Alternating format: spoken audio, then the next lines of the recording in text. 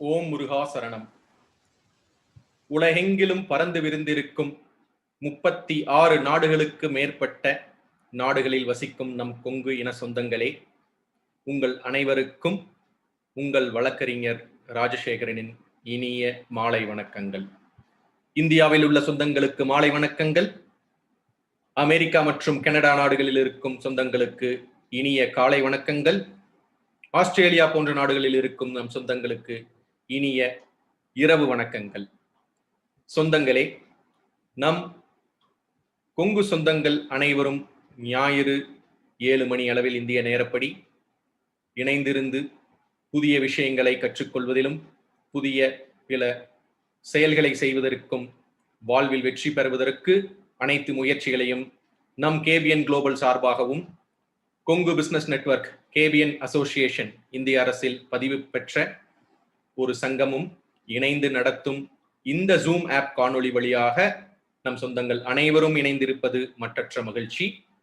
KPN global சார்பாகவும் KPN association India சார்பாகவும் உங்களை வருக வருக என்று வரவேற்பதில் மிக்க மகிழ்ச்சி அடைகின்றேன். சொந்தங்களே, வரும் மார்ச் 8ஆம் தேதி இன்டர்நேஷனல் விமென்ஸ் டே, அதாவது உலக பெண்கள் தினம். அந்த பெண்கள் தின சிறப்பிற்காக பாரதி கண்ட புதுமை பெண், நிமிர்ந்த நன்னடை, நேர்கொண்ட பார்வை மற்றும் சாத்திரங்கள் பல கற்று சாத்திரங்கள் பல பல கற்பராம், சௌரியங்கள் பல பல செய்வராம், மூத்த பொய்மைகள் யாவும் அழிப்பராம், முட்டுக்கட்டைகள் யாவும் தகர்ப்பராம், காத்து மானிடர் செய்கை அனைத்தையும் கடவுளுக்கினிதாக சமைப்பராம், ஏத்தி ஆண்மக்கள் போற்றிட வாழ்வராம், இளைய நங்கையின் எண்ணங்கள் கேட்டீரோ என்று பாரதி கண்ட புதுமை பெண்ணாக நம் கொங்கு இனத்திற்கு பெருமை சேர்க்கும் பல கொங்கு பெண்களின் வாழ்க்கையில் வெற்றிகளை, அந்த ஏணிப்படிகளை கடந்த பல விஷயங்களை கேபிஎன் மற்றும் கேபிஎன் குளோபல் உங்கள் வீட்டிற்கே கொண்டு வந்து சேர்ப்பதில் மிக்க மகிழ்ச்சி அடைந்து, மார்ச் 8ஆம் தேதி உலக பெண்கள் தினத்திற்கு அனைத்து கொங்கு பெண்களிற்கும் எங்களது உளமார்ந்த வாழ்த்துக்களை தெரிவித்து இன்றே நம் ஜூம் காணொளியை தொடர்கின்றோம். சொந்தங்களே, இன்று நம்முடன் இணைந்திருப்பது நம் கொங்கு குலத்திற்கு பெருமை சேர்க்கும் ஒரு பாரதி கண்ட புதுமை பெண். ஆம், திருமதி சுமதி ரவிச்சந்திரன் அவர்கள் 2 MSc பட்ட மேற்படிப்புகளும் MA மற்றும் PGDCA படிப்புகளும் கற்றுத் தேர்ந்தவர். தற்பொழுது PhD ஃபுல் டைம் ரிசர்ச் ஸ்காலராக ICSSR டாக்டரல் ஃபெல்லோஷிப் அவார்டியாகவும், தனியார் நிறுவனத்தில் போட்டித் தேர்வுகள் நடத்தும் ஒரு வழிகாட்டியாகவும், human geography, Indian geography, physical geography மற்றும் ஜியோகிராபிக்கல் தாட் ஆகியவற்றில் ஸ்பெஷலைசேஷன், அதாவது தனித்திறமை வாய்ந்தவராகவும், CSIR நடத்தும் நேஷனல் எலிஜிபிலிட்டி டெஸ்ட், அதாவது NET ஃபார் லெக்சர்ஷிப், அதில் 5வது ரேங்க், இந்திய அளவில் 5வது ரேங்க் பெற்று எர்த் சயின்ஸ் என்ற டாபிக்கில் பெருமை பெற்று கை தேர்ந்தவராகவும், state eligibility test SLET for லெக்சர்ஷிப்பில் மாநிலத்தில் 2வது ரேங்க் பெற்றவரும், ஜியோகிராஃபி சப்ஜெக்டில் UGC நடத்தும் நேஷனல் எலிஜிபிலிட்டி டெஸ்ட் NET என அழைக்கப்படும் தேர்வில் ஜியோகிராஃபி பாடத்தில் 6 முறைக்கு மேல் வெற்றி வாகை சூடி தற்பொழுது PhD-ஐ ஹியூமன் ஜியோகிராஃபியில் பிரசிடென்சி காலேஜ் சென்னையில் கற்று தேர்ந்து நம்முடன் இன்று உரையாட வந்திருக்கும் one and only person to be selected in geography from Tamil Nadu 2016ஆம் வருடம் ICSR டாக்டரல் ஃபெல்லோஷிப்காக தேர்ந்தெடுக்கப்பட்ட இன்றைய நமது சிறப்பு விருந்தினர், நம்முடன் உரையாட வந்திருக்கும் நம் கொங்கு குல புதுமை பெண். அவர்களை பற்றி மேலும் தெரிந்து கொள்வதற்கு முன்பு அவரை பற்றிய ஒரு அறிமுக காணொளி உங்கள் முன் இதோ.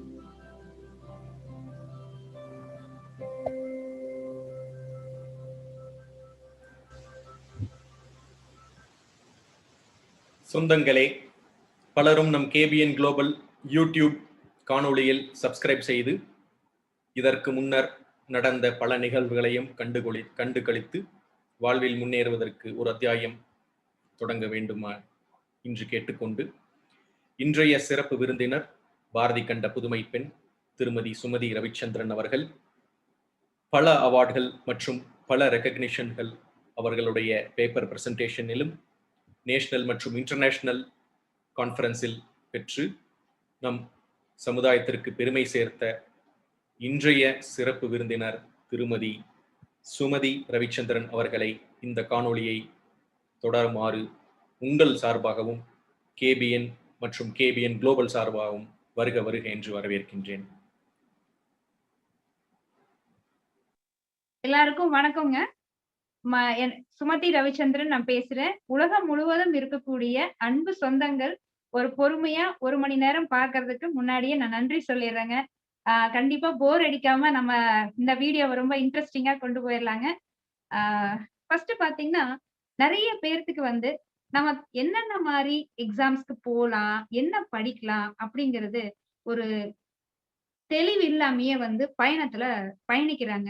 சோ பேரண்ட்ஸ்க்கும் தெரியணும். அதே நேரத்துல பாத்தீங்கன்னா, குழந்தைங்களுக்கும் நிறைய விஷயங்களை நம்ம ஆரம்பத்திலேயே இதை படிச்சா இததுக்கு போகலாம் அப்படிங்கறத நம்ம முதல்லயே கொடுத்துடணுங்க. நம்ம அவங்கள +2 முடிச்சதுக்கு அப்புறம் அவங்கள ஃபோர்ஸ் பண்றதை விட சின்ன வயசுலயே பாத்தீங்கன்னா நம்ம நல்ல விஷயங்களை சொல்லி கொடுக்க ஆரம்பிச்சிடலாங்க. சோ நம்ம இந்த வரக்கூடிய பகுதியில நம்ம என்னெல்லாம் பார்க்க போறோம் அப்படின்னு பாத்தீங்கன்னா, நம்மளுடைய இதுலைங்க, அதாவது +2 முடிச்சதுக்கு அப்புறம் ஒரு மாணவன் என்னெல்லாம் படிக்கலாம், இந்தியாவுல தமிழ்நாடு அளவுல எந்த மாதிரி போட்டித் தேர்வுகள்லாம் இருக்கு, அந்த போட்டித் தேர்வுக்கு என்ன வயசுல இருந்து எந்த வயசு வரைக்கும் நம்ம தேர்வை எழுதலாம், மாணவர்கள் எப்படி எல்லாம் ஆயத்தம் ஆயிக்கலாம், அந்த மாதிரி சிறப்பான விஷயங்களை நம்ம வரக்கூடிய பகுதியில தெளிவா பேசலாங்க. முதல்ல பாத்தீங்கன்னா, நம்ம 10th ஸ்டாண்டர்ட் படிக்க ஆரம்பிக்கும் போது அந்த ஒரு மாணவருக்கோ மாணவிக்கோ பேரண்ட்ஸ் நீங்க டாக்டர் ஆகணும், என்ஜினியர் ஆகணும் அப்படிங்கிறத மட்டும் இன்ஜெக்ட் பண்ணாம நிறைய விஷயங்கள் இருக்கிறத முதல்லயே அவங்க தெரிஞ்சுக்கிட்டு, அவங்க +1 +2ல கோர்ஸ் சூஸ் பண்ணும்போதே அவங்க முதல்ல தெளிவா யோசிச்சு முடிவெடுத்துடணுங்க. அதாவதுங்க, நம்ம சயின்ஸ் சப்ஜெக்ட் எடுத்து படிச்சோம்னா ஃபியூச்சர்ல என்னவா வரப்போறோம், ஆர்ட்ஸ் சப்ஜெக்ட்ஸ் எடுத்து படிச்சோம்னா என்னவா வரப்போறோம் அப்படிங்கறத ஸ்ட்ரீம் லைன் நம்ம 10th படிச்சு முடிச்ச உடனே ஸ்டார்ட் பண்ணிடணும். அதுதாங்க ஒரு மாணவனுடைய ஃபர்ஸ்ட் பேஸ் அப்படின்னு சொல்லலாங்க. நீங்க 10th ஸ்டாண்டர்ட் முடிச்சுட்டு சயின்ஸ் அதாவது physics, chemistry, botany, zoology, maths இதெல்லாம் வச்சு படிச்சோம்னா அதுக்கும் நிறைய வைடர் ஆப்ஷன்ஸ் இருக்குங்க. அதே நேரத்துல நம்ம வந்து ஆர்ட்ஸ் எடுத்து படிச்சாலும் ஆப்ஷன்ஸ் இருக்கு. காமர்ஸ் எடுத்து படிச்சாலும் ஆப்ஷன்ஸ் இருக்கு. இந்த காலத்த பொறுத்தளவுக்கு என்ன சப்ஜெக்ட் வேணா படிக்கலாம். ஆனா நம்ம எப்படி படிக்கிறோம் அப்படிங்கறத பொறுத்து தான் இருக்குங்க. சோ நீங்க ஆர்ட்ஸ் எடுத்து படிக்கும்போது ஹியூமானிட்டீஸ் வந்துரும், மேனேஜ்மென்ட் வந்துரும், மீடியா, ஃபேஷன், ஜர்னலிசம், டூரிசம் இந்த மாரி விஷயங்கள் அதுக்குள்ள வருங்க. அதே நேரத்துல காமர்ஸ் எடுத்து படிக்கக்கூடிய ஆட்களுக்கு கம்பெனி செக்ரட்டரியா போறலாம், சார்ட்டர்ட் அக்கவுண்டன்ட்டா நம்ம வரலாம். பேங்கிங்ல, ஃபினான்ஸ்ல, மேனேஜ்மென்ட்ல இந்த மாரி விஷயங்கள் வந்து நம்ம சூஸ் பண்ணி போலாங்க. அதுக்கப்புறம் நீங்க சயின்ஸ் எல்லாருமே வந்து டாக்டர் படிக்க வைக்கணும். அதே நேரத்துல பார்த்தீங்கன்னா, அ ரிசர்ச் பண்ண வைக்கணும். பிபிஎஸ்சி இந்த மாரி எந்த ஒரு கோர்ஸ்க்கு போறதா இருந்தாலும், அவங்களுக்கு சயின்ஸ் வந்து ரொம்ப பேசிக்கான விஷயமா இருக்குங்க. டாக்டர், அ அக்ரி இந்த மாரி இல்லாம, நீங்க வந்து ஒரு ஏர் ஃபோர்ஸ்லயோ, இல்ல ஆர்மில, நேவில எதுக்கு வந்து பிகினிங் லெவல்ல நீங்க என்ட்ரி ஆகறதா இருந்தாலும், அதுக்கு கண்டிப்பா அவங்க கேட்கறது வந்து சயன்ஸ் ஸ்ட்ரீம் தான் கேட்கறாங்க. சோ நம்ம வந்து அதெல்லாம் மைண்ட்ல வச்சுக்கிட்டு, சயன்ஸ்க்கு யாருக்கு புடிக்குமோ அவங்களுக்கு இம்பார்ட்டன்ஸ் குடுத்து நம்ம பிளஸ் 1, பிளஸ் 2லயே வந்து சயன்ஸ எடுத்து குடுத்துரலாங்க.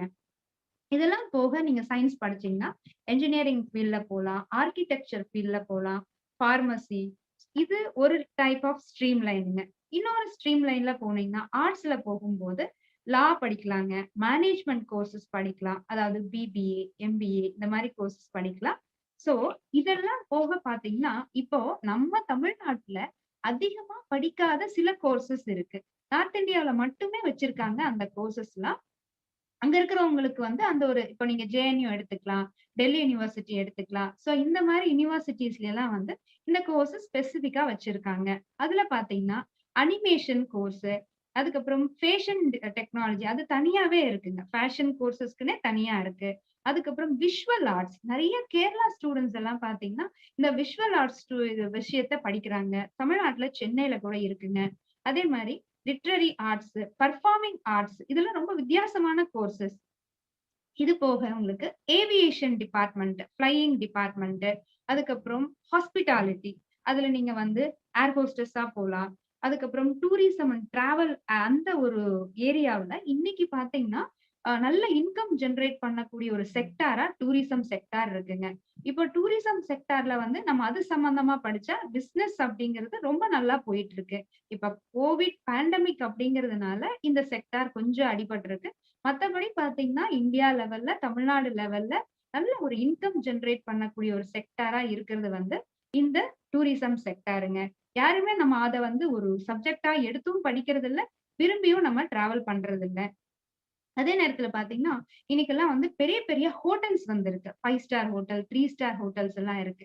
சோ அந்த மாரி ஹோட்டல்ஸ்ல நம்ம ஒரு பெரிய லெவல் பொசிஷன ஆக்குபை பண்ணோம்னா, சோ இந்த மாரி கோர்சஸ் வந்து நம்ம படிக்கிற மாரி இருக்குங்க. சோ இதெல்லாம் போக, அ மாஸ் கம்யூனிகேஷன் அப்படிங்கிற ஒரு இது இருக்குங்க. விஸ்காம் கோர்சஸ் நம்ம வந்து நெறைய பேருக்கு மீடியாவுல போறதுக்கான இன்ட்ரெஸ்ட் இருக்குங்க. சோ அதுக்கான ஆப்பர்ச்சுனிட்டீஸும் இருக்குங்க. சோ இதெல்லாம் போக, நீங்க வந்து காமர்ஸ் படிக்கிறீங்க அப்படின்னு பார்த்தீங்கன்னா, காமர்ஸ்ல வந்து பிகாம் எடுத்து படிக்கலாங்க. பிபிஏ எடுத்து படிக்கலாம். சோ பிபிஏ முடிச்சா எம்பிஏ போலாம். எம்காம் போலாம். பிகாம் முடிச்சதுக்கு அப்புறம். ஹெச்ஆர்ஏவா போலாம். MBA, HRM, HRA, finance management இந்த மாரி நெறைய விஷயங்கள் இருக்கும். இன்னைக்கு இருக்கக்கூடிய காலகட்டத்தில பார்த்தீங்கன்னா, சார்ட்டர்ட் அக்கவுண்டன்ட் அவங்களுக்கு வந்து அதிகமான டிமாண்ட் இருக்குங்க. சிஏ படிக்கிறது கொஞ்சம் கஷ்டமான ஒரு விஷயம். நெறைய பேர் பார்த்தீங்கன்னா, யுபிஎஸ்சி எக்ஸாம் கூட கிளியர் பண்ணிடலாம். ஆனா வந்து சிஏ படிக்கிறது கஷ்டம் அப்படின்னு நெனைக்கிறாங்க. ஆனா அதுக்கு கூட பார்த்தீங்கன்னா, நம்ம முன்னாடியே ப்ராப்பரா பிளான் பண்ணி அதை ப்ராப்பரான இடத்துல போய் கோச்சிங் எல்லாம் எடுத்தோம்னா, கண்டிப்பா அந்த ஸ்டூடண்ட்ஸ் வந்து ஈஸியா சார்ட்டர்ட் அக்கவுண்ட் வந்து கிராக் பண்றதுக்கான ஆப்பர்ச்சுனிட்டி இருக்குங்க. இப்பல்லாம் வந்து ஸ்கூல் டேஸ்லயே வந்து அந்த ஒரு ஆப்ஷன வந்து குடுக்க ஆரம்பிச்சுட்டாங்க.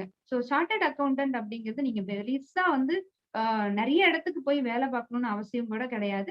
சிஏ படிச்சவங்களுக்கு வந்து நெறைய கம்பெனிஸ்ல ஆப்பர்ச்சுனிட்டீஸ் இருக்குங்க. அட்வைசிங் ரோல் இருக்கும். ஓகே. அடுத்தது பார்த்தீங்கன்னா, இப்ப நம்ம ப்ரொஃபஷனல் கோர்ஸ்ல குறிப்பா என்ஜினியரிங் போற ஸ்டூடண்ட்ஸ்க்கு என்னென்ன மாரி ஃபர்ஸ்ட் ஆஃப் ஆல் கோர்சஸ் இருக்குன்னு பார்க்கலாங்க. அதுல பார்த்தீங்கன்னா, கம்ப்யூட்டர் சயின்ஸ் இன்ஜினியரிங் நிறைய ஸ்டூடெண்ட்ஸ் வந்து ஐடி ஃபீல்ட்ல போகணும்னு நினைக்கிறாங்க. நிறைய பேர் வந்து இங்க இருந்து யுஎஸ் போறாங்க. இப்ப பெங்களூர், சென்னை இந்த மாதிரி பிளேசஸ்ல ஐடில ஒர்க் பண்றதுக்கு வந்து இந்த கம்ப்யூட்டர் சயின்ஸ் இன்ஜினியரிங் வந்து ரொம்ப பேசிக்கா இருக்குங்க. மீன்வைல் பாத்தீங்கன்னா civil engineering, mechanical engineering, electrical engineering, electronic and communication engineering. இப்போ நீங்க வந்து ரயில்வேல ஒர்க் பண்ணணும், இல்ல வந்து யூனிஃபார்ம் சர்வீஸ்ல அதாவது டெக்னிக்கல் எல்லாம் போகணும் அப்படின்னு பார்க்கும்போது இந்த மெக்கானிக்கல் இன்ஜினியரிங், எலக்ட்ரிக்கல், எலக்ட்ரானிக்ஸ் அதுக்கெல்லாம் வந்து வைடரான ஆப்ஷன்ஸ் இருக்குங்க. சோ நாம நினைச்சுக்கிறோம், படிக்கிறோம், அதுக்கப்புறம் அத நம்ம எக்ஸிக்யூட் பண்றோமான்னு தெரியறதில்ல. சோ படிக்கும்போது இத படிச்சா என்னென்ன மாரி ஆப்ஷன்ஸ் இருக்கும் அப்படிங்கிறது ஃபர்ஸ்ட் தெரிஞ்சுக்கிட்டு தான் அவங்க பிளஸ் 2லயோ இல்ல காலேஜ்லயோ வந்து அந்த கோர்ஸையே அவங்க சூஸ் பண்ணணும். அது போக பார்த்தீங்கன்னா, இன்ஜினியரிங் ப்ரொஃபஷன்ல பயோடெக்னாலஜி இருக்குங்க. Electrical and electronics engineering, aeronautical engineering. Aeronautical engineering வந்து இப்போ ஓரளவுக்கு சென்னையில நெறைய பேர் இப்ப படிக்க ஆரம்பிச்சிருக்காங்க. அது வந்து ஃபியூச்சர்ல ரொம்ப நல்லா இருக்கக்கூடிய ஒரு ஃபீல்டுன்னு சொல்லலாங்க. இப்ப ரீசென்ட்டா வந்திருக்காங்க அக்ரிகல்ச்சுரல் இன்ஜினியரிங். சோ அந்த அக்ரிகல்ச்சுரல் இன்ஜினியரிங் பார்த்தீங்கன்னா, ஃபியூச்சர்ல கண்டிப்பா ரொம்ப நல்லா இருக்கக்கூடிய ஒரு ஏரியான்னு சொல்லலாங்க. அதுக்கப்புறம் petroleum engineering, food technology, textile technology, chemical technology. So இந்த மாரி நெறைய கோர்சஸ் வந்து இருக்குங்க. சயின்ஸ் சப்ஜெக்ட் படிச்சுட்டு வர்றவங்களுக்கு எல்லாருமே ப்ரிஃபர் பண்ணி சொல்லக்கூடிய ஒரு விஷயம் எம்பிபிஎஸ் போறதுங்க. இப்போ எம்பிபிஎஸ் பாத்தீங்கன்னா, முன்னாடி வந்து நம்ம ஈஸியா போற மாரி இருந்துச்சு. பட் இன்னைக்கு இருக்கக்கூடிய காலகட்டத்துல நம்ம வந்து நீட் எக்ஸாம் கிளியர் பண்ணி தான் வந்து எம்பிபிஎஸ் போற மாரி ஒரு ஆப்ஷன் வச்சிருக்காங்க. ஈவன் வந்து நீங்க எம்பிபிஎஸ் கம்ப்ளீட் பண்ணதுக்கு அப்புறம் பிஜி, எம்டியா போணும்னா கூட கண்டிப்பா மறுபடியும் நீங்க எக்ஸாம்ஸ் எழுதுற மாதிரி இருக்கும். நேட்டா அதாவது நேஷனல் டெஸ்டிங் ஏஜென்சி அவங்க வந்து இந்த நீட் எக்ஸாம நேஷனல் எலிஜிபிலிட்டி கம் என்ட்ரன்ஸ் டெஸ்ட்ங்க. அந்த ஒரு டெஸ்ட்ட வந்து இப்போ கண்டக்ட் பண்ணிட்டு வர்றாங்க. அதுல நம்ம வாங்கக்கூடிய மார்க் வச்சுதான் நம்ம வந்து ஜிப்மர்ல சேரலாமா, இல்ல முக்கியமான ஹாஸ்பிட்டல்ஸ் அதாவது மெடிக்கல் இன்ஸ்டிடியூஷன்ஸ்ல வந்து நம்ம அட்மிஷன் போடுறதுக்கு ரொம்ப யூஸ்ஃபுல்லா இருக்குங்க. ஜென்ரலா பாத்தீங்கன்னா தமிழ்நாட்டுல வந்து எம்எம்சி அந்த ஒரு மெடிக்கல் காலேஜும், கீழ்பார்க், ஸ்டான்லி சோ அதெல்லாம் வந்து பாத்தீங்கன்னா அந்த கவுன்சிலிங் போகும்போது பிகினிங்லயே வந்து ஃபில் ஆகக்கூடிய ஒரு இன்ஸ்டிடியூஷன்ஸ். ஏன்னா பாத்தீங்கன்னா நம்ம டாக்டரா படிக்கிறோம் அப்படிங்கிறது ஒரு பெரிய விஷயம். சென்னையில, கோயம்புத்தூர்ல நம்ம வந்து ஒரு டாக்டர் படிக்கிறோம் அப்படின்னா, அந்த குழந்தைங்களுக்கு வந்து நெறைய வந்து கேஸஸ் பார்ப்பாங்க. சோ அவங்களுக்கு வந்து பார்த்தீங்கன்னா, கேஸஸ் நெறைய பார்க்கும்போது, நெறைய விஷயங்கள அவங்க வந்து தெரிஞ்சுக்கிறதுக்கான ஆப்ஷன்ஸ் இருக்குங்க. சோ இப்ப இருக்கக்கூடிய கண்டிஷன்ல எல்லா டிஸ்ட்ரிக்ட்லயும் வந்து நெறைய மெடிக்கல் இன்ஸ்டிடியூஷன்ஸ் கொண்டு வந்திருக்காங்க. அதுவும் தமிழ்நாட்டுல தமிழ்ல படிச்சவங்களுக்கு வந்து ரிசர்வேஷனும் குடுத்திருக்காங்க. சோ அதனால பார்த்தீங்கன்னா, தமிழ் மீடியத்துல படிச்ச ஸ்டூடண்ட்ஸ்க்கு வந்து இப்ப இருக்கக்கூடிய காலகட்டத்துல வந்து நெறைய ஆப்பர்ச்சுனிட்டீஸ் வந்து உருவாக்கி இருக்காங்க. சோ நெறைய பேர் வந்து நான் இங்கிலீஷ் மீடியத்துல படிச்சா தான் நான் உள்ள போணும் அப்படிங்கிற ஒரு ராங் கான்செப்ட் இல்லாம, தமிழ் மீடியத்துல படிச்சாலும் அவங்கனால வந்து டாக்டருக்கு போக முடியுங்க. சோ இதெல்லாம் போக பிடிஎஸ் படிக்கலாங்க. அதாவது dentist, BVSc veterinary science choose பண்ணலாம். சோ நர்சிங் சூஸ் பண்ணலாம். பிசியோதெரபி, ஆக்குபேஷனல் தெரபி, அதுக்கப்புறம் medical lab technician, so pharmacy. இப்ப ரீசென்ட்டா பார்த்தீங்கன்னா, மெடிசின் ஃபீல்ட்ல ஆயுஷ் அந்த ஒரு விஷயத்துக்கும், ஹோமியோபதி, சித்தா இந்த ஒரு ஃபீல்டுக்கும் வந்து அதிகமான காம்படிஷன் இருக்குது அப்படிங்கிறது இப்ப ரீசென்ட்டா வந்து அந்த கவுன்சிலிங்ல தெரிஞ்ச ஒரு விஷயங்க. நெறைய ஸ்டூடண்ட்ஸ் வந்து சரி ஃபியூச்சர்ல இதுக்கு நல்ல ஒரு ஸ்கோப் இருக்க போகுது அப்படின்னு நினைச்சுட்டு அந்த கோர்சஸையும் இப்போ நெறைய பேர் எடுக்க ஆரம்பிச்சிருக்காங்க. சோ இதெல்லாம் போக பார்த்தீங்கன்னா, நம்ம பிஎஸ்சில dairy technology, biotechnology, naturopathy, yogic science, yoga இப்ப அதுவெல்லாம் பார்த்தீங்கன்னா, ஒரு கோர்ஸா வச்சிருக்க ஆரம்பிச்சிருக்காங்க. So environmental science. என்விரான்மென்டல் சயன்ஸ்க்கு இன்னைக்கு வந்து நெறைய டிமாண்ட் இருக்குங்க. ஏன்னா வந்து இந்தியாவுல நெறைய பொல்யூஷன்ஸ் வந்து அதிகமாயிட்டே இருக்கு. சோ அதனால என்விரான்மென்டல் சயன்ஸ் அப்படிங்கிற ஒரு கோர்ஸ் வச்சிருக்காங்க. அதுக்கப்புறம் பார்த்தீங்கன்னா, ஒரு காம்படிட்டிவ் எக்ஸாம்க்கு போறவங்களுக்கு வந்து என்ன கோர்ஸ் வேணா நம்ம படிச்சுட்டு போலாங்க. ஆனா, எந்த கோர்ஸ் படிச்சா அதிகமா யுபிஎஸ்சிக்குள்ள என்டர் ஆகறதுக்கான பாசிபிலிட்டீஸ் இருக்கு அப்படின்னு பார்த்தீங்கன்னா, பிஎஸ்சி அக்ரிங்க. ஏன் பிஎஸ்சி அக்ரி ஸ்பெசிஃபிக்கா நான் சொல்றேன் அப்படின்னு பார்த்தீங்கன்னா, அவங்களுக்கு மட்டும் 2 பெட்டரான ஆப்ஷன்ஸ் இருக்குங்க. அவங்க வந்து சிவில் சர்வீஸ் எக்ஸாம்ஸ் எழுதும் போதே வந்து ஃபாரஸ்ட் சர்வீஸும் எழுதலாம். சேம் எக்ஸாமினேஷன் தான். ஸோ அவங்க வந்து ஆப்ஷனல் சப்ஜெக்ட் வந்து சூஸ் பண்றதுல ரொம்ப ஈஸியா இருக்குங்க. ஸோ சப்ஜெக்ட் 1, சப்ஜெக்ட் 2 2 சப்ஜெக்ட் எடுத்துக்கணும். ஒண்ணு வந்து பெரும்பாலான ஆட்கள் வந்து ஜியோகிராஃபி எடுத்துக்குவாங்க. இன்னொன்னு அவங்களுடைய சப்ஜெக்ட்டே எடுத்துக்குவாங்க. அக்ரிகல்ச்சர் சப்ஜெக்ட்டே எடுத்துக்குவாங்க. ஸோ காலேஜ்ல நம்ம என்ன படிச்சிருக்கிறோமோ, அதே சப்ஜெக்ட்ட அங்க எடுக்கும்போது, அவங்களுக்கு ரொம்ப ரொம்ப ரொம்ப யூஸ்ஃபுல்லா இருக்குங்க. இன்னைக்கு வந்து சர்வீஸ்ல இருக்கக்கூடிய நீங்க ஐஏஎஸ், ஐபிஎஸ் யார வேணா எடுத்துக்கோங்க. அதுல நெறைய பெர்சன்டேஜ் அப்படின்னு பார்க்கும்போது, இந்த அக்ரி படிச்ச ஸ்டூடண்ட்ஸ் வந்து நெறைய பேரு சர்வீஸ் வாங்கியிருக்காங்க. இப்ப ரீசென்ட் ரிசல்ட்ஸ்ல கூட வந்து அதுதான் நிரூபிச்சிருக்காங்க. சோ அக்ரி படிக்கலாம், ஹார்டிகல்ச்சர் படிக்கலாங்க. சோ இதெல்லாம் போக வெரி சிம்பிள் டிகிரீஸ்ன்னு சொல்லக்கூடிய ஆர்ட்ஸ்ங்க. ஆர்ட்ஸ்ல பாத்தீங்கன்னா, இப்ப பிஏ இருக்குங்க. இப்ப ஜியோகிராஃபி எல்லாம் எடுத்துக்கிட்டீங்கன்னா, தமிழ்நாட்டுல வந்து நம்ம பிஎஸ்சின்னு சொல்றோம். நாம வந்து சவுத் இந்தியால சயின்ஸ்ல வச்சிருக்கோம். நார்த் இந்தியா போனீங்கன்னா பிஏ ஜியோகிராஃபின்னு சொல்லுவாங்க. சிலபஸ் வந்து கொஞ்சம் முன்ன பின்ன வேரி ஆகுற மாரி இருக்குங்க. நார்த் இந்தியால வந்து டெல்லி யூனிவர்சிட்டியா இருந்தாலும் சரி, ஜேஎன்யூவா இருந்தாலும், அவங்க வந்து பாத்தீங்கன்னா, சிலபஸே வந்து காம்படிட்டிவ் எக்ஸாமுக்கு தகுந்த மாரி தான் சிலபஸே வச்சிருக்காங்க. +2 முடிச்சுட்டு ஒரு பையன் காலேஜ்க்குள்ள என்ட்ரி ஆனாவே, அவங்க வந்து எக்ஸாம் பெர்ஸ்பெக்டிவ்லயே வந்து படிக்க ஆரம்பிச்சுடுறாங்க. சோ அது வந்து பாத்தீங்கன்னா, ரொம்ப ரொம்ப ரொம்ப யூஸ்ஃபுல்லா இருக்குங்க. ஏன்னா வந்து நான் படிக்க ஆரம்பிச்ச காலகட்டத்துல என் கூட டெல்லில படிச்ச ஸ்டூடண்ட்ஸ் எல்லாம் பாத்தீங்கன்னா, நாங்க கிளாஸ்ல படிக்கிற விஷயங்கள், அவங்க ஏற்கனவே வந்து காலேஜ்ல படிச்சுட்டு வந்திருக்காங்க. சோ நம்பளுக்கு பாத்தீங்கன்னா, இங்கிருந்து நம்ம டெல்லி போய் படிக்கும்போது எல்லாமே புதுசா இருக்கு. அதனால வந்து அது நார்த் இந்தியாவுக்கும், சவுத் இந்தியாவுக்கும் இருக்கக்கூடிய ஒரு பார்ஷியாலிட்டின்னு கூட சொல்லிக்கலாங்க. சோ இப்ப வந்து பாத்தீங்கன்னா, சப்ஜெக்ட்ல அ ஜியோகிராஃபி இருக்குங்க. BA geography. இங்க நம்ம ஊர்ல பிஎஸ்சி ஜியோகிராஃபி. ஜியோகிராஃபி படிச்சா நெறைய வைடர் ஆப்ஷன்ஸ் இருக்குங்க. அது நெறைய பேத்துக்கு தெரியறதில்ல. நீங்க இன்னைக்கு வந்து இஸ்ரோல வொர்க் பண்ணணும்னா ஜியோகிராஃபி இருந்தா போலாம். சேட்டலைட் இமேஜரிஸ்லாம் வந்து ப்ராப்பரா கோடிங் பண்றது எல்லாமே வந்து பாத்தீங்கன்னா ஜியோகிராஃபர்ஸ்ங்க. நெறைய டெக்னீஷியன்ஸ் இருக்காங்க. ஐடி படிச்சவங்க, இன்ஜினியரிங் படிச்சவங்க எல்லாரும் இருக்காங்க. ஆனா பேசிக் கான்செப்ட் யாருக்கு தெரியும் அப்படின்னு பாத்தீங்கன்னா, கண்டிப்பா ஒரு ஜியோகிராஃபி படிச்சவங்களுக்கு தாங்க தெரியும். அதே நேரத்துல இப்போ நம்ம வந்து மெட்ரலாஜிக்கல் டிபார்ட்மெண்ட்ல ரமணன் சார், புவியரசன் இந்த மாரி நெறைய பேர் இருக்காங்க. அவங்க எல்லாருமே பார்த்தீங்கன்னா, ஜியோகிராஃபி தான் பேஸா வச்சிருக்காங்க. ஸோ அ இதெல்லாம் போக நீங்க ஜியோகிராஃபி படிச்சீங்கன்னா, ஒரு காம்படிட்டிவ் எக்ஸாம் குறிப்பா யுபிஎஸ்சி எக்ஸாம் போனீங்கன்னா, ஆப்ஷனல் சப்ஜெக்ட்டா ஜியோகிராஃபி எடுக்கலாம். மீன்வைல் எல்லா காம்படிட்டிவ் எக்ஸாம்ஸ்லயும் வந்து geography, history, economics, Indian polity இது இல்லாம ஒரு கொஸ்டின் பேப்பர நீங்க கண்டிப்பா பார்க்கவே முடியாது. நெறைய ஸ்டூடண்ட்ஸ் ரொம்ப வருத்தப்படுறாங்க. நான் ஜியோகிராஃபி தானே படிக்கிறேன். நான் ஹிஸ்டரி தானே படிக்கிறேன். நான் தமிழ் தான் படிக்கிறேன். தப்பா அவங்கள அவங்களே தரக்குறைவா நெனச்சுக்கிறாங்க. அப்படி கிடையாதுங்க. நம்ம என்ன கோர்ஸ் படிக்கிறோங்கிறது முக்கியம் இல்ல. அத எப்படி படிச்சிருக்கோம், அந்த கோர்ஸ் வந்து எப்படி உள்வாங்கி இருக்கோம், அது எப்படி எக்ஸாம் பெர்ஸ்பெக்டிவ்ல நமக்கு ரொம்ப ரொம்ப யூஸ்ஃபுல்லா இருக்கும் அப்படிங்கிறத பொறுத்து தாங்க. அதே நேரத்துல பார்த்தீங்கன்னா, ஜியோகிராஃபி போக ஹிஸ்டரி இருக்குங்க. ஹிஸ்டரி எல்லாரும் நெனச்சுக்குவாங்க கம்மி மார்க் வாங்குனவங்கலாம் ஹிஸ்டரி படிக்க போயிருவாங்க. ஆ பொலிட்டிக்கல் சயன்ஸ் படிக்க போயிருவாங்க. பப்ளிக் அட்மினிஸ்ட்ரேஷன் அதெல்லாம் அந்த காலங்க. இன்னைக்கு வந்து பார்த்தீங்கன்னா, கவர்ன்மெண்ட் ஆர்ட்ஸ் அண்ட் சயன்ஸ் காலேஜ்ல உங்களுக்கு காம்படிஷன் அதிகமா இருக்கக்கூடிய ஏரியான்னு பார்த்தீங்கன்னா, இன்னைக்கு வந்து பப்ளிக் அட்மினிஸ்ட்ரேஷன்லயும், பொலிட்டிக்கல் சயன்ஸும். அவங்க 2, 3 விதமா யோசிக்கிறாங்க. அந்த கோர்ஸ முடிச்சோனே லா படிக்கலாமா? பிஎல் போடலாமா? அது ஒரு பக்கம் யோசிக்கிறாங்க. யுபிஎஸ்சி போலாமா? அதுக்கு வந்து நம்ம ஆப்ஷனல் படிக்கலாம். மீன்வைல் பார்த்தீங்கன்னா, இந்தியன் பாலிட்டி வந்து எல்லாரும் இன்னைக்கு தெரிஞ்சே ஆகணும். அவங்க ஐஏஎஸ் ஆனாலும் சரிங்க, ஐபிஎஸ் ஆனாலும் சரி, டெப்டி கலெக்டர் ஆனாலும் சரி, அவங்களுக்கு கண்டிப்பா வந்து நம்ம கான்ஸ்டிடியூஷன் பத்தி தெரிஞ்சே ஆகணும். இன்னைக்கு வந்து எலக்ஷன் சொல்லியிருக்காங்க. எலக்ஷன் எப்படி கண்டக்ட் பண்றாங்க, எலக்ஷன் கமிஷனரோட ரோல் என்னன்னு சொல்லி அல்டிமேட்டா அவங்களுக்கு தெரியணுங்க அட்மினிஸ்ட்ரேட்டர்ஸ்க்கு. சோ அப்ப வந்து இந்த கோர்ஸ் வந்து ரொம்ப ரொம்ப யூஸ்ஃபுல்லா இருக்குங்க. அது போக பார்த்தீங்கன்னா, எக்கனாமிக்ஸ். அதுவும் அதே மாரி. இன்னைக்கு வந்து ஆர்பிஐல சொல்லக்கூடிய ரேட்ஸ் எல்லாம் நம்ம தெரிஞ்சுக்கணும்னா, ஒரு எக்கனாமிக்ஸ் தான் ப்ராப்பரா சொல்ல முடியுங்க.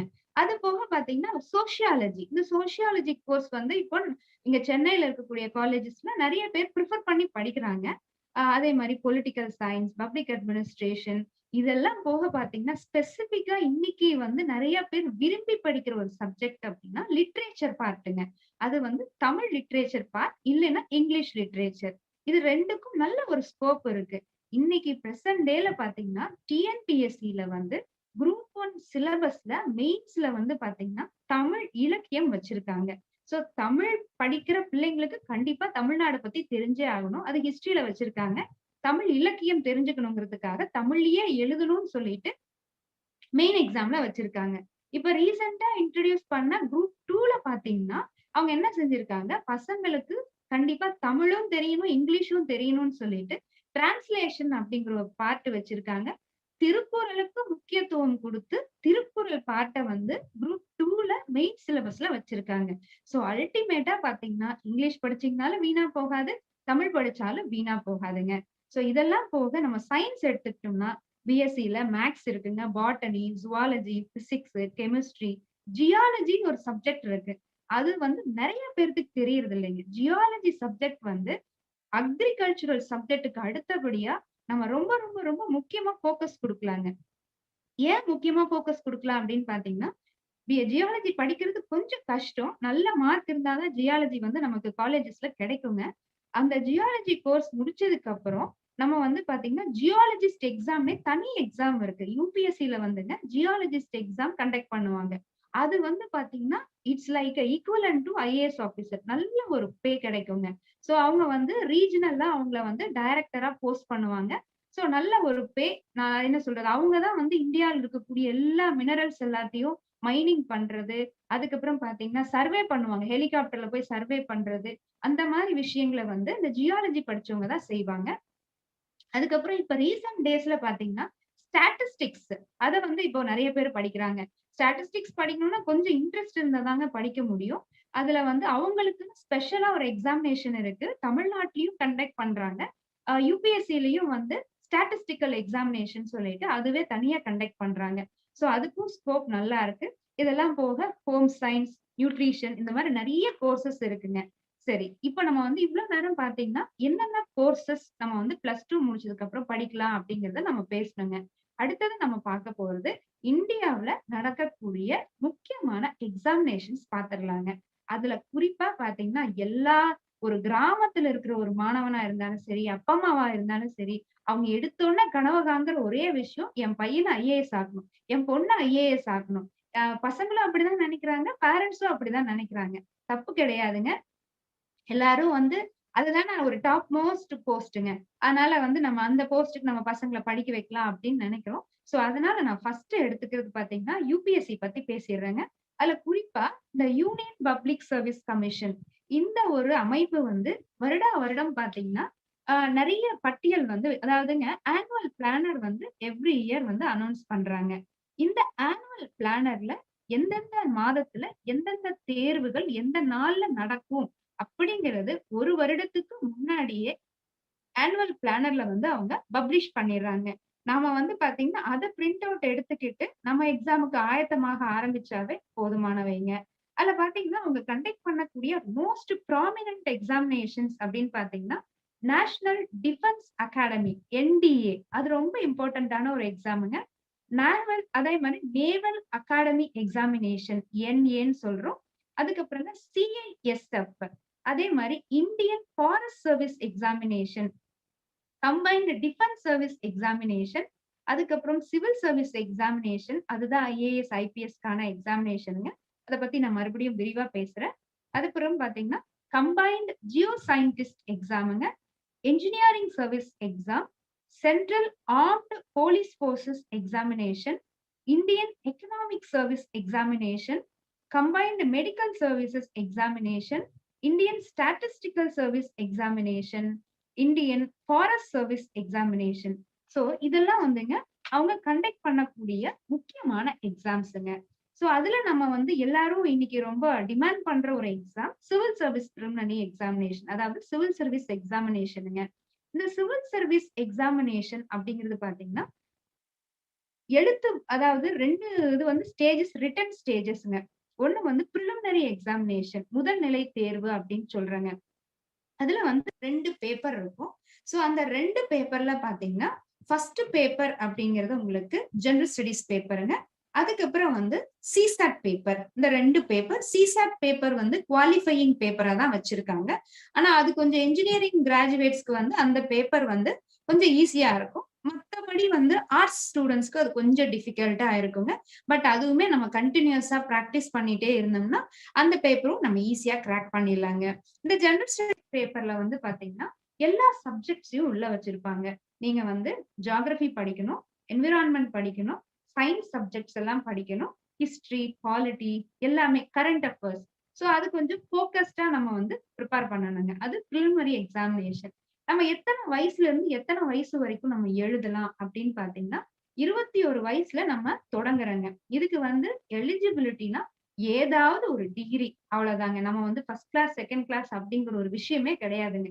நீங்க கரஸ்ல கூட போட்டு படிச்சிருக்கலாம். பிளஸ் 2 முடிச்சுட்டு நீங்க காலேஜ்க்கே முடியல. வருத்தமே படாதீங்க.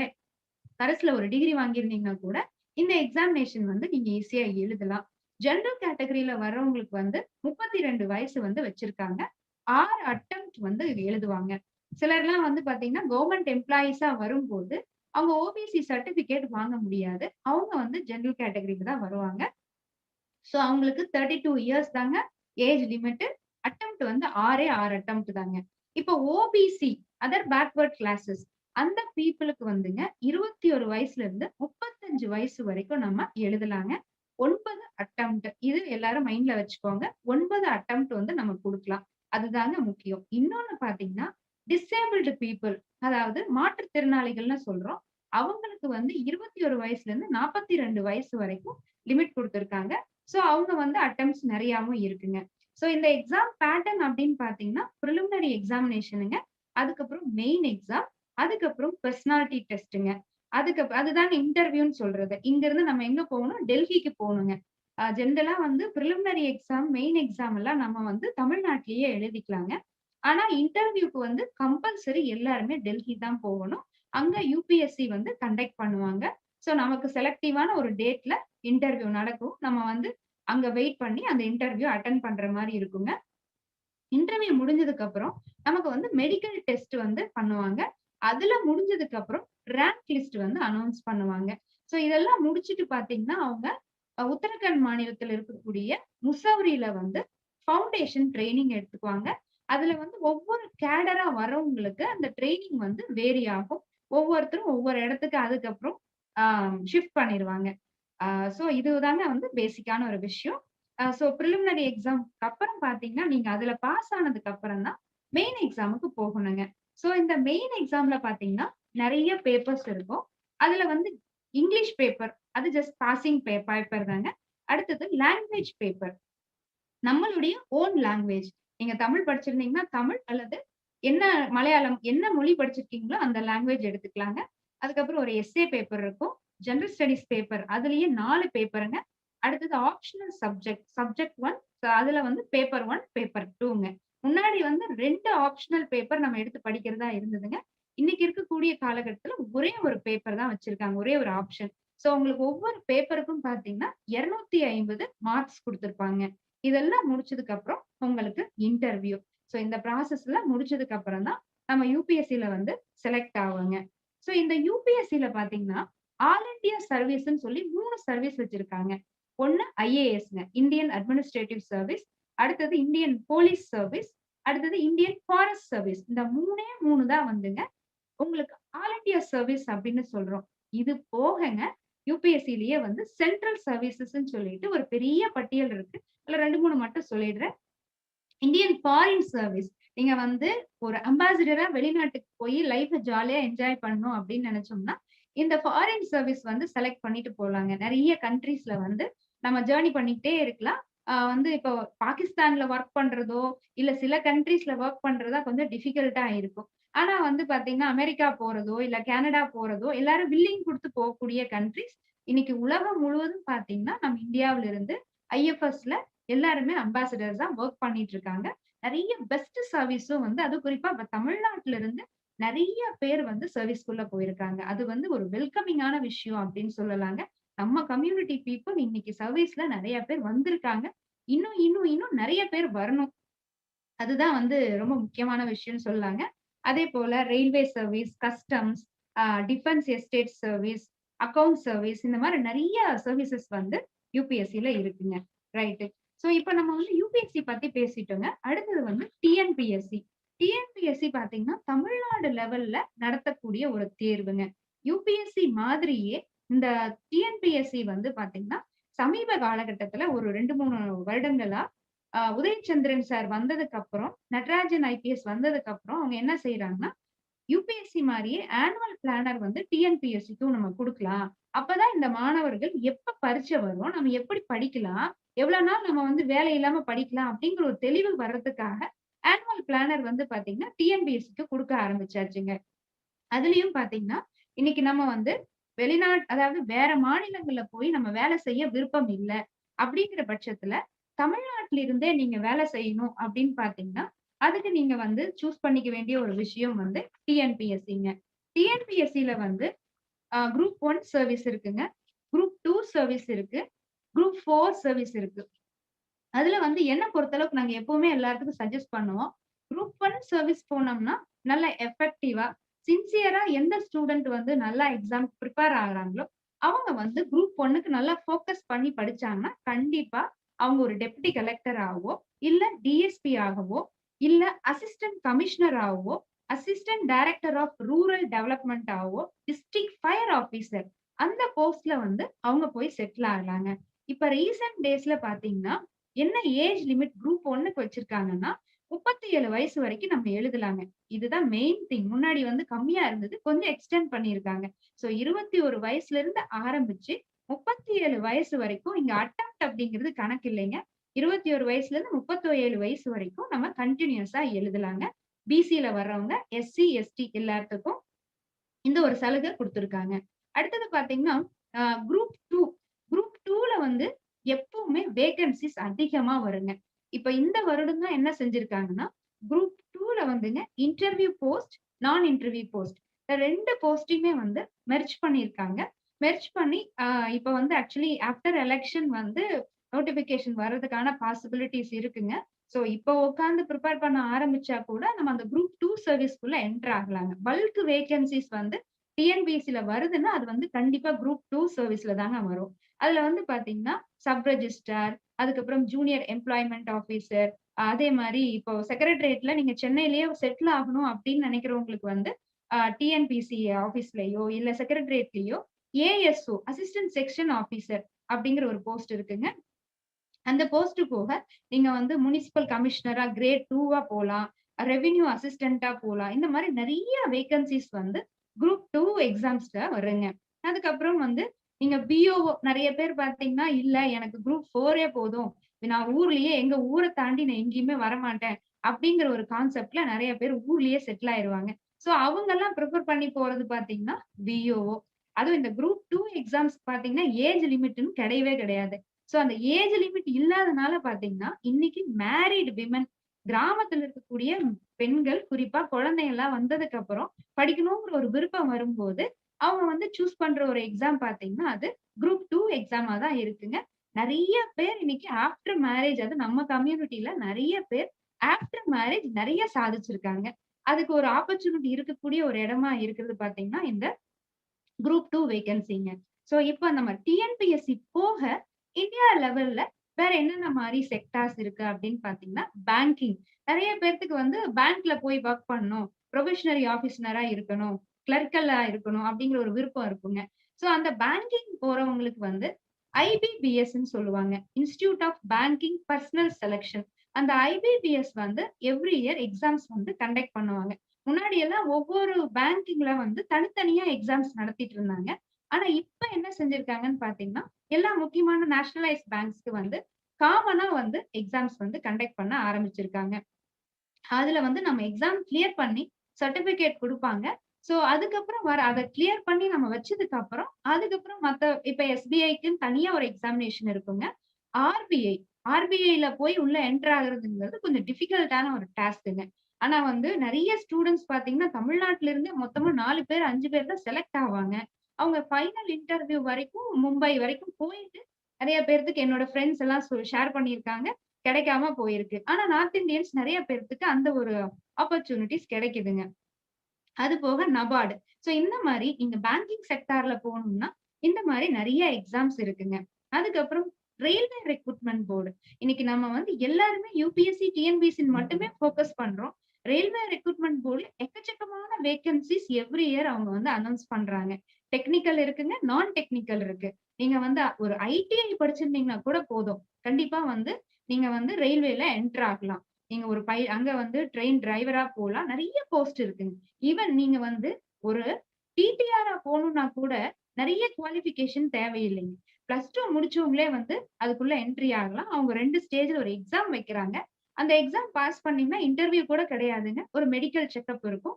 அத முடிச்சோனே வந்து டிடிஆரா அவங்க என்டர் ஆகலாம். ஆனா நல்ல ஒரு பே ஸ்கேல் இருக்குங்க. போக போக போக அது இன்கிரீஸ் ஆகும். இதெல்லாம் போக பார்த்தீங்கன்னா, ஸ்டேஷன் மாஸ்டர், அதே மாரி stenographer, clerical, typist, card, staff nurse இந்த மாரி நெறைய ஆப்பர்ச்சுனிட்டீஸ் வந்து ரயில்வே ரெக்ரூட்மெண்ட் போர்ட்ல இருக்குங்க. சோ இப்ப வந்து பார்த்தீங்கன்னா, முக்கியமான இதுல எல்லாமே பேசியிருக்கோம். இது நம்ம வந்து நம்ம கம்யூனிட்டி பீப்பிளுக்கு தெரியாத சில ஏரியா அப்படின்னு பார்த்தீங்கன்னா, யூனிஃபார்ம் சர்வீசஸ்ங்க. யூனிஃபார்ம் சர்வீசஸ்ல ஏர்ஃபோர்ஸ், நேவி, ஆர்மி இந்த 3 ஏரியாக்குள்ளயும் நம்ம குழந்தைங்க நெறைய பேர் போறது கிடையாதுங்க. நான் வந்து காலேஜ் என்னோட டிகிரி முடிக்கிற ஸ்டேஜ்ல 21 வயசுல பார்த்தீங்கன்னா, மைசூர்ல ஏர்ஃபோர்ஸ் இன்டர்வியூ அட்டெண்ட் பண்றேன். அப்ப தமிழ்நாட்டுல இருந்து போன ஒரே ஆள் நான் மட்டும் தாங்க. அந்த இன்டர்வியூ போயிருக்கும்போது 5 நாள் செலக்ஷன் நடக்குங்க. அதுல ஃபர்ஸ்ட் டேல அங்க பார்க்கும்போது, எல்லாமே ஆர்மில இருக்கிறவங்க, ஏர்ஃபோர்ஸ்ல இருக்கக்கூடிய பேரண்ட்ஸோட குழந்தைங்க தான் வந்து உள்ள வந்திருக்காங்க. சோ அப்ப தெரிஞ்சுக்கிட்டேன் நம்மளுக்கு இந்த மாரி ஒரு விழிப்புணர்வே இல்லாம போயிடுச்சு. ஏன்னா நீங்க ஏர்ஃபோர்ஸ்லயோ, இல்ல நேவிலயோ உள்ள போயிட்டோம்னா, நீங்க வந்து 2 விதமான ஜாப்ஸ் இருக்குங்க. ஒண்ணு வந்து அட்மினிஸ்ட்ரேட்டிவ் ஜாப். நீங்க ஆபீஸ்க்குள்ளேயே உட்கார்ந்துட்டு வேலை பார்க்கலாம். அங்க இருந்துட்டு நெறைய கோர்சஸ் வந்து படிச்சுக்கலாம். அதெல்லாம் போக பார்த்தீங்கன்னா, ஷார்ட் சர்வீஸ் கமிஷன்னு வச்சிருக்காங்க. எஸ்எஸ்சின்னு சொல்லுவாங்க. இந்த ஷார்ட் சர்வீஸ் கமிஷன்ல ஃப்ளையிங்க்குன்னு தனியா வச்சிருக்காங்க. அதே நேரத்துல நார்மல் அட்மினிஸ்ட்ரேட்டிவ் தனியா வச்சிருப்பாங்க. நீங்க 7 வருஷமோ, 8 வருஷமோ உள்ள வேலை பார்த்துட்டு, வெளியில வந்ததுக்கு அப்புறம் பார்த்தீங்கன்னா, நம்ம எக்ஸ் சர்வீஸ் மேன் அப்படிங்கிற ஒரு கேட்டகரிக்குள்ள வந்துரும். நான் ஒரு பையன் +2 முடிச்சோனே உள்ள போறாங்கன்னா, அவங்க 7 வருஷம், 8 வருஷம் உள்ள வேலை பார்த்துட்டு, அவங்க வெளியில வந்தோனே எக்ஸ் சர்வீஸ் மேன்னு வந்துர்றாங்க. அதுக்கப்புறம் பார்த்தீங்கன்னா, யுபிஎஸ்சி எழுதுறதுல அவங்களுக்கு எக்ஸ் சர்வீஸ் மேனுக்கு அவ்ளோ சலுகை இருக்குங்க. யுபிஎஸ்சிலயும் சரிங்க, எல்லா சென்ட்ரல் கவர்ன்மெண்ட் எக்ஸாம்ஸ்லயும் வந்து நெறைய ஆப்பர்ச்சுனிட்டீஸ் வந்து அந்த யூனிஃபார்ம் சர்வீஸ்ல இருக்கக்கூடிய ஆட்களுக்கு உண்டுங்க. அவங்க வந்து மேல மேல மேல படிச்சுக்கிட்டே போலாம். அவங்களுக்கு இன் ஹவுஸாவே வந்து நெறைய ட்ரெய்னிங் குடுக்குறாங்க. நீங்க வந்து அந்த ஏர்ஃபோர்ஸ் ஆபீஸ்க்குள்ளேயோ, அந்த டிஃபென்ஸ் செக்டார் இருக்கக்கூடிய ஏரியாக்குள்ள போய் பார்த்தாவே, அவ்வளோ ஒரு ஃபெசிலிட்டீஸ் வந்து குடுத்திருப்பாங்க. சோ அத நம்ம வந்து நம்ம பிள்ளைங்க நெறைய பேர் அத ட்ரை பண்ணணும். அதே நேரத்துல பார்த்தீங்கன்னா, இன்டெலிஜென்ட் குரூப் ஐபின்னு சொல்றோம். அந்த இன்டெலிஜென்ட் குரூப் அதுலயும் வந்து நெறைய பேர் இனிமேல் ட்ரை பண்ணி போலாம். அதுக்கு வைடரான ஆப்ஷன்ஸ் இருக்குங்க. என்னோட ஸ்டூடண்ட்ஸ் நெறைய பேர் இந்த மாரி செலக்ட் ஆகி இருக்காங்க. யுபிஎஸ்சில பார்த்தீங்கன்னா, அசிஸ்டன்ட் கமாண்டன்ட்ன்னு சொல்லிட்டு ஒரு போஸ்ட் இருக்கு. அதுக்கு அவங்க வந்து எக்ஸாம் தனியா கண்டக்ட் பண்ணி, அதுக்கப்புறம் அவங்க செலக்ட் பண்ணுவாங்க. சோ அதுக்கும் வந்து அ இப்போ வந்து நெறைய பேத்துக்கு அவேர்னஸ் வந்து நெறைய பேர் அந்த எக்ஸாம்ஸ் வந்து எழுத ஆரம்பிச்சிருக்காங்க.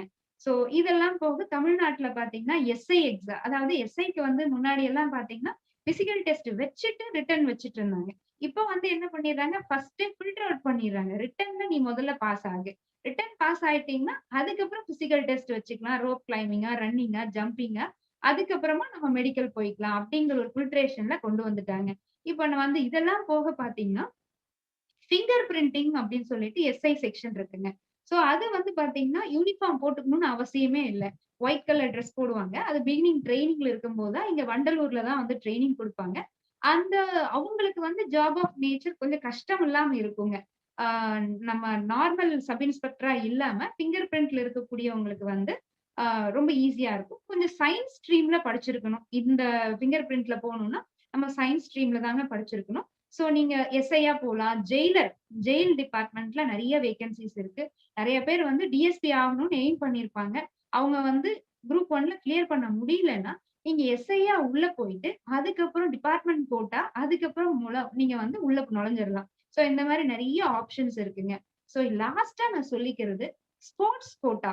எந்த விஷயமா இருந்தாலும் நீங்க கண்டிப்பா ஸ்கூல் டேஸ்ல குழந்தைங்க வந்து அப் டூ வந்து என்ன முடியுமோ, முடிஞ்ச +2 வரைக்குமே வந்து, அவங்கள ஏதாவது ஒரு ஸ்போர்ட்ஸ்ல வந்து நம்ம இன்வால்வ் படுத்தணுங்க. ஸ்போர்ட்ஸ்ல நீங்க வந்து ஸ்டேட் லெவல் பிளேயரா வந்தோம் அப்டின்னா, அவங்க வந்து ப்ரொஃபஷனல் கோர்ஸ் வந்து சூஸ் பண்ணி போகும்போது, அவங்களுக்கு ஒரு ரிசர்வேஷன் இருக்குங்க. அதுக்கப்புறம் அவங்க ஈஸியா என்ட்ரி ஆயிக்கலாம். எதுவா இருந்தாலும். இப்ப ரீசென்ட்டா பார்த்தீங்கன்னா, அஸ்ஸாம்ல வந்து ஹீமா தாஸ்ன்னு ஒரு பொண்ணு. அந்த பொண்ணு பார்த்தீங்கன்னா, இப்பதான் வந்து ஸ்கூலிங்கே கம்ப்ளீட் பண்றாங்க.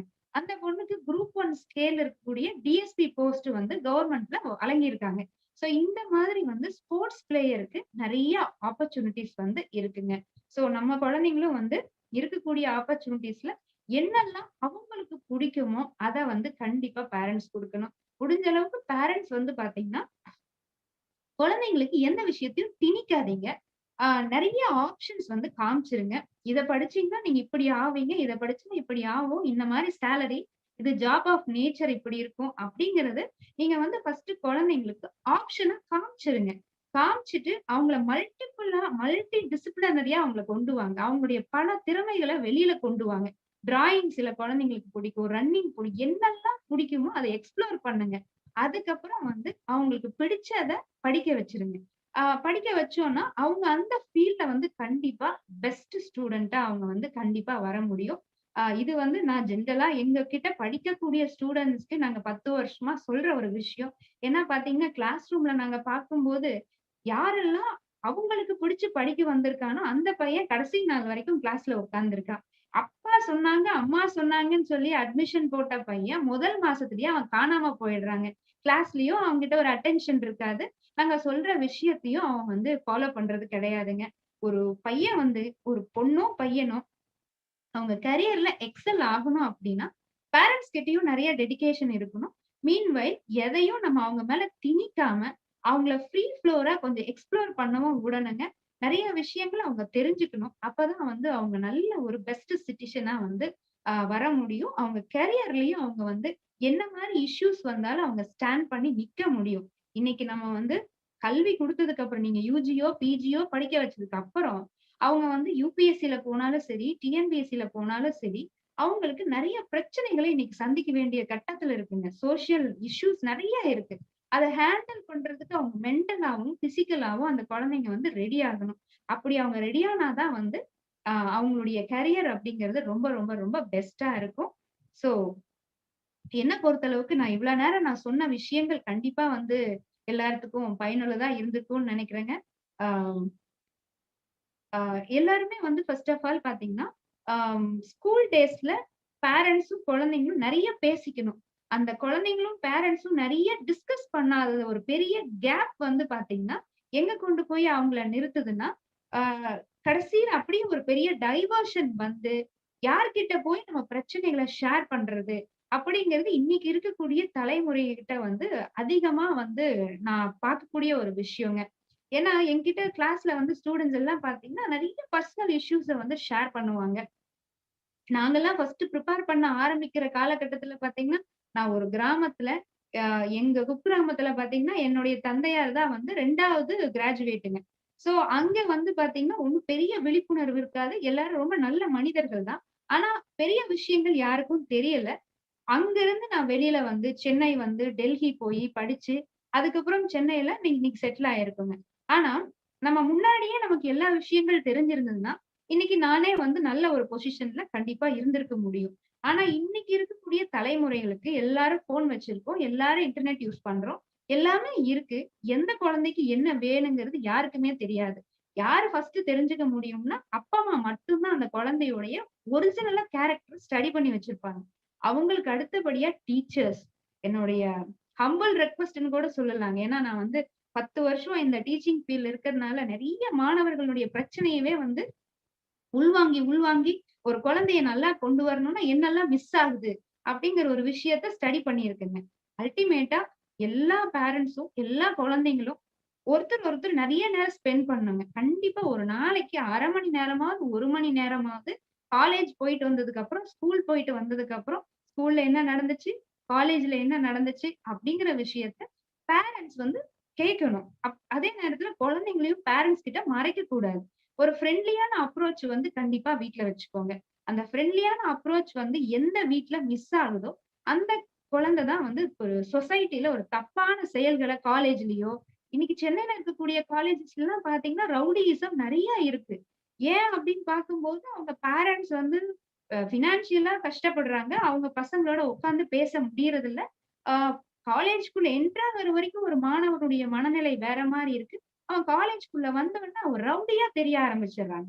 இன்னைக்கு சென்னையில எல்லாம் ரவுடிசம் ரொம்ப ஜாஸ்தி இருக்கு. ஆனா ஊர் பக்கத்துல எல்லாம் இப்போ ஈரோடோ, கோயம்புத்தூர் அங்கெல்லாம் எடுத்துக்கிட்டோம்னா காலேஜ்ல ஓரளவுக்கு ஸ்டூடண்ட்ஸ் கிட்ட ஆட்டிட்யூட் ரொம்ப நல்லாவே இருக்கு. சோ கொங்கு பெல்ட்ல இருக்கக்கூடிய காலேஜஸ்லாம் ரொம்ப பெஸ்ட்டாவே பண்ணிட்டு இருக்காங்க. சோ கண்டிப்பா வந்து ஒரு ஸ்டூடண்ட் லைஃப்ல பெஸ்ட்டா வரணும் அப்டின்னா, பேரண்ட்ஸும் சப்போர்ட் பண்ணணும். அவங்க ஃப்ரெண்ட்ஸ் அதையும் தாண்டி காலேஜ்ல படிக்கிற டீச்சர்ஸ், புரொஃபசர்ஸ் யாரெல்லாம் அவங்களுக்கு சப்போர்ட்டிவா இருக்காங்களோ, கண்டிப்பா நெறைய பேர் எக்ஸ்ப்ளோர் ஆகலாங்க. நல்ல கேரியர்ல டெவலப் ஆகலாம்.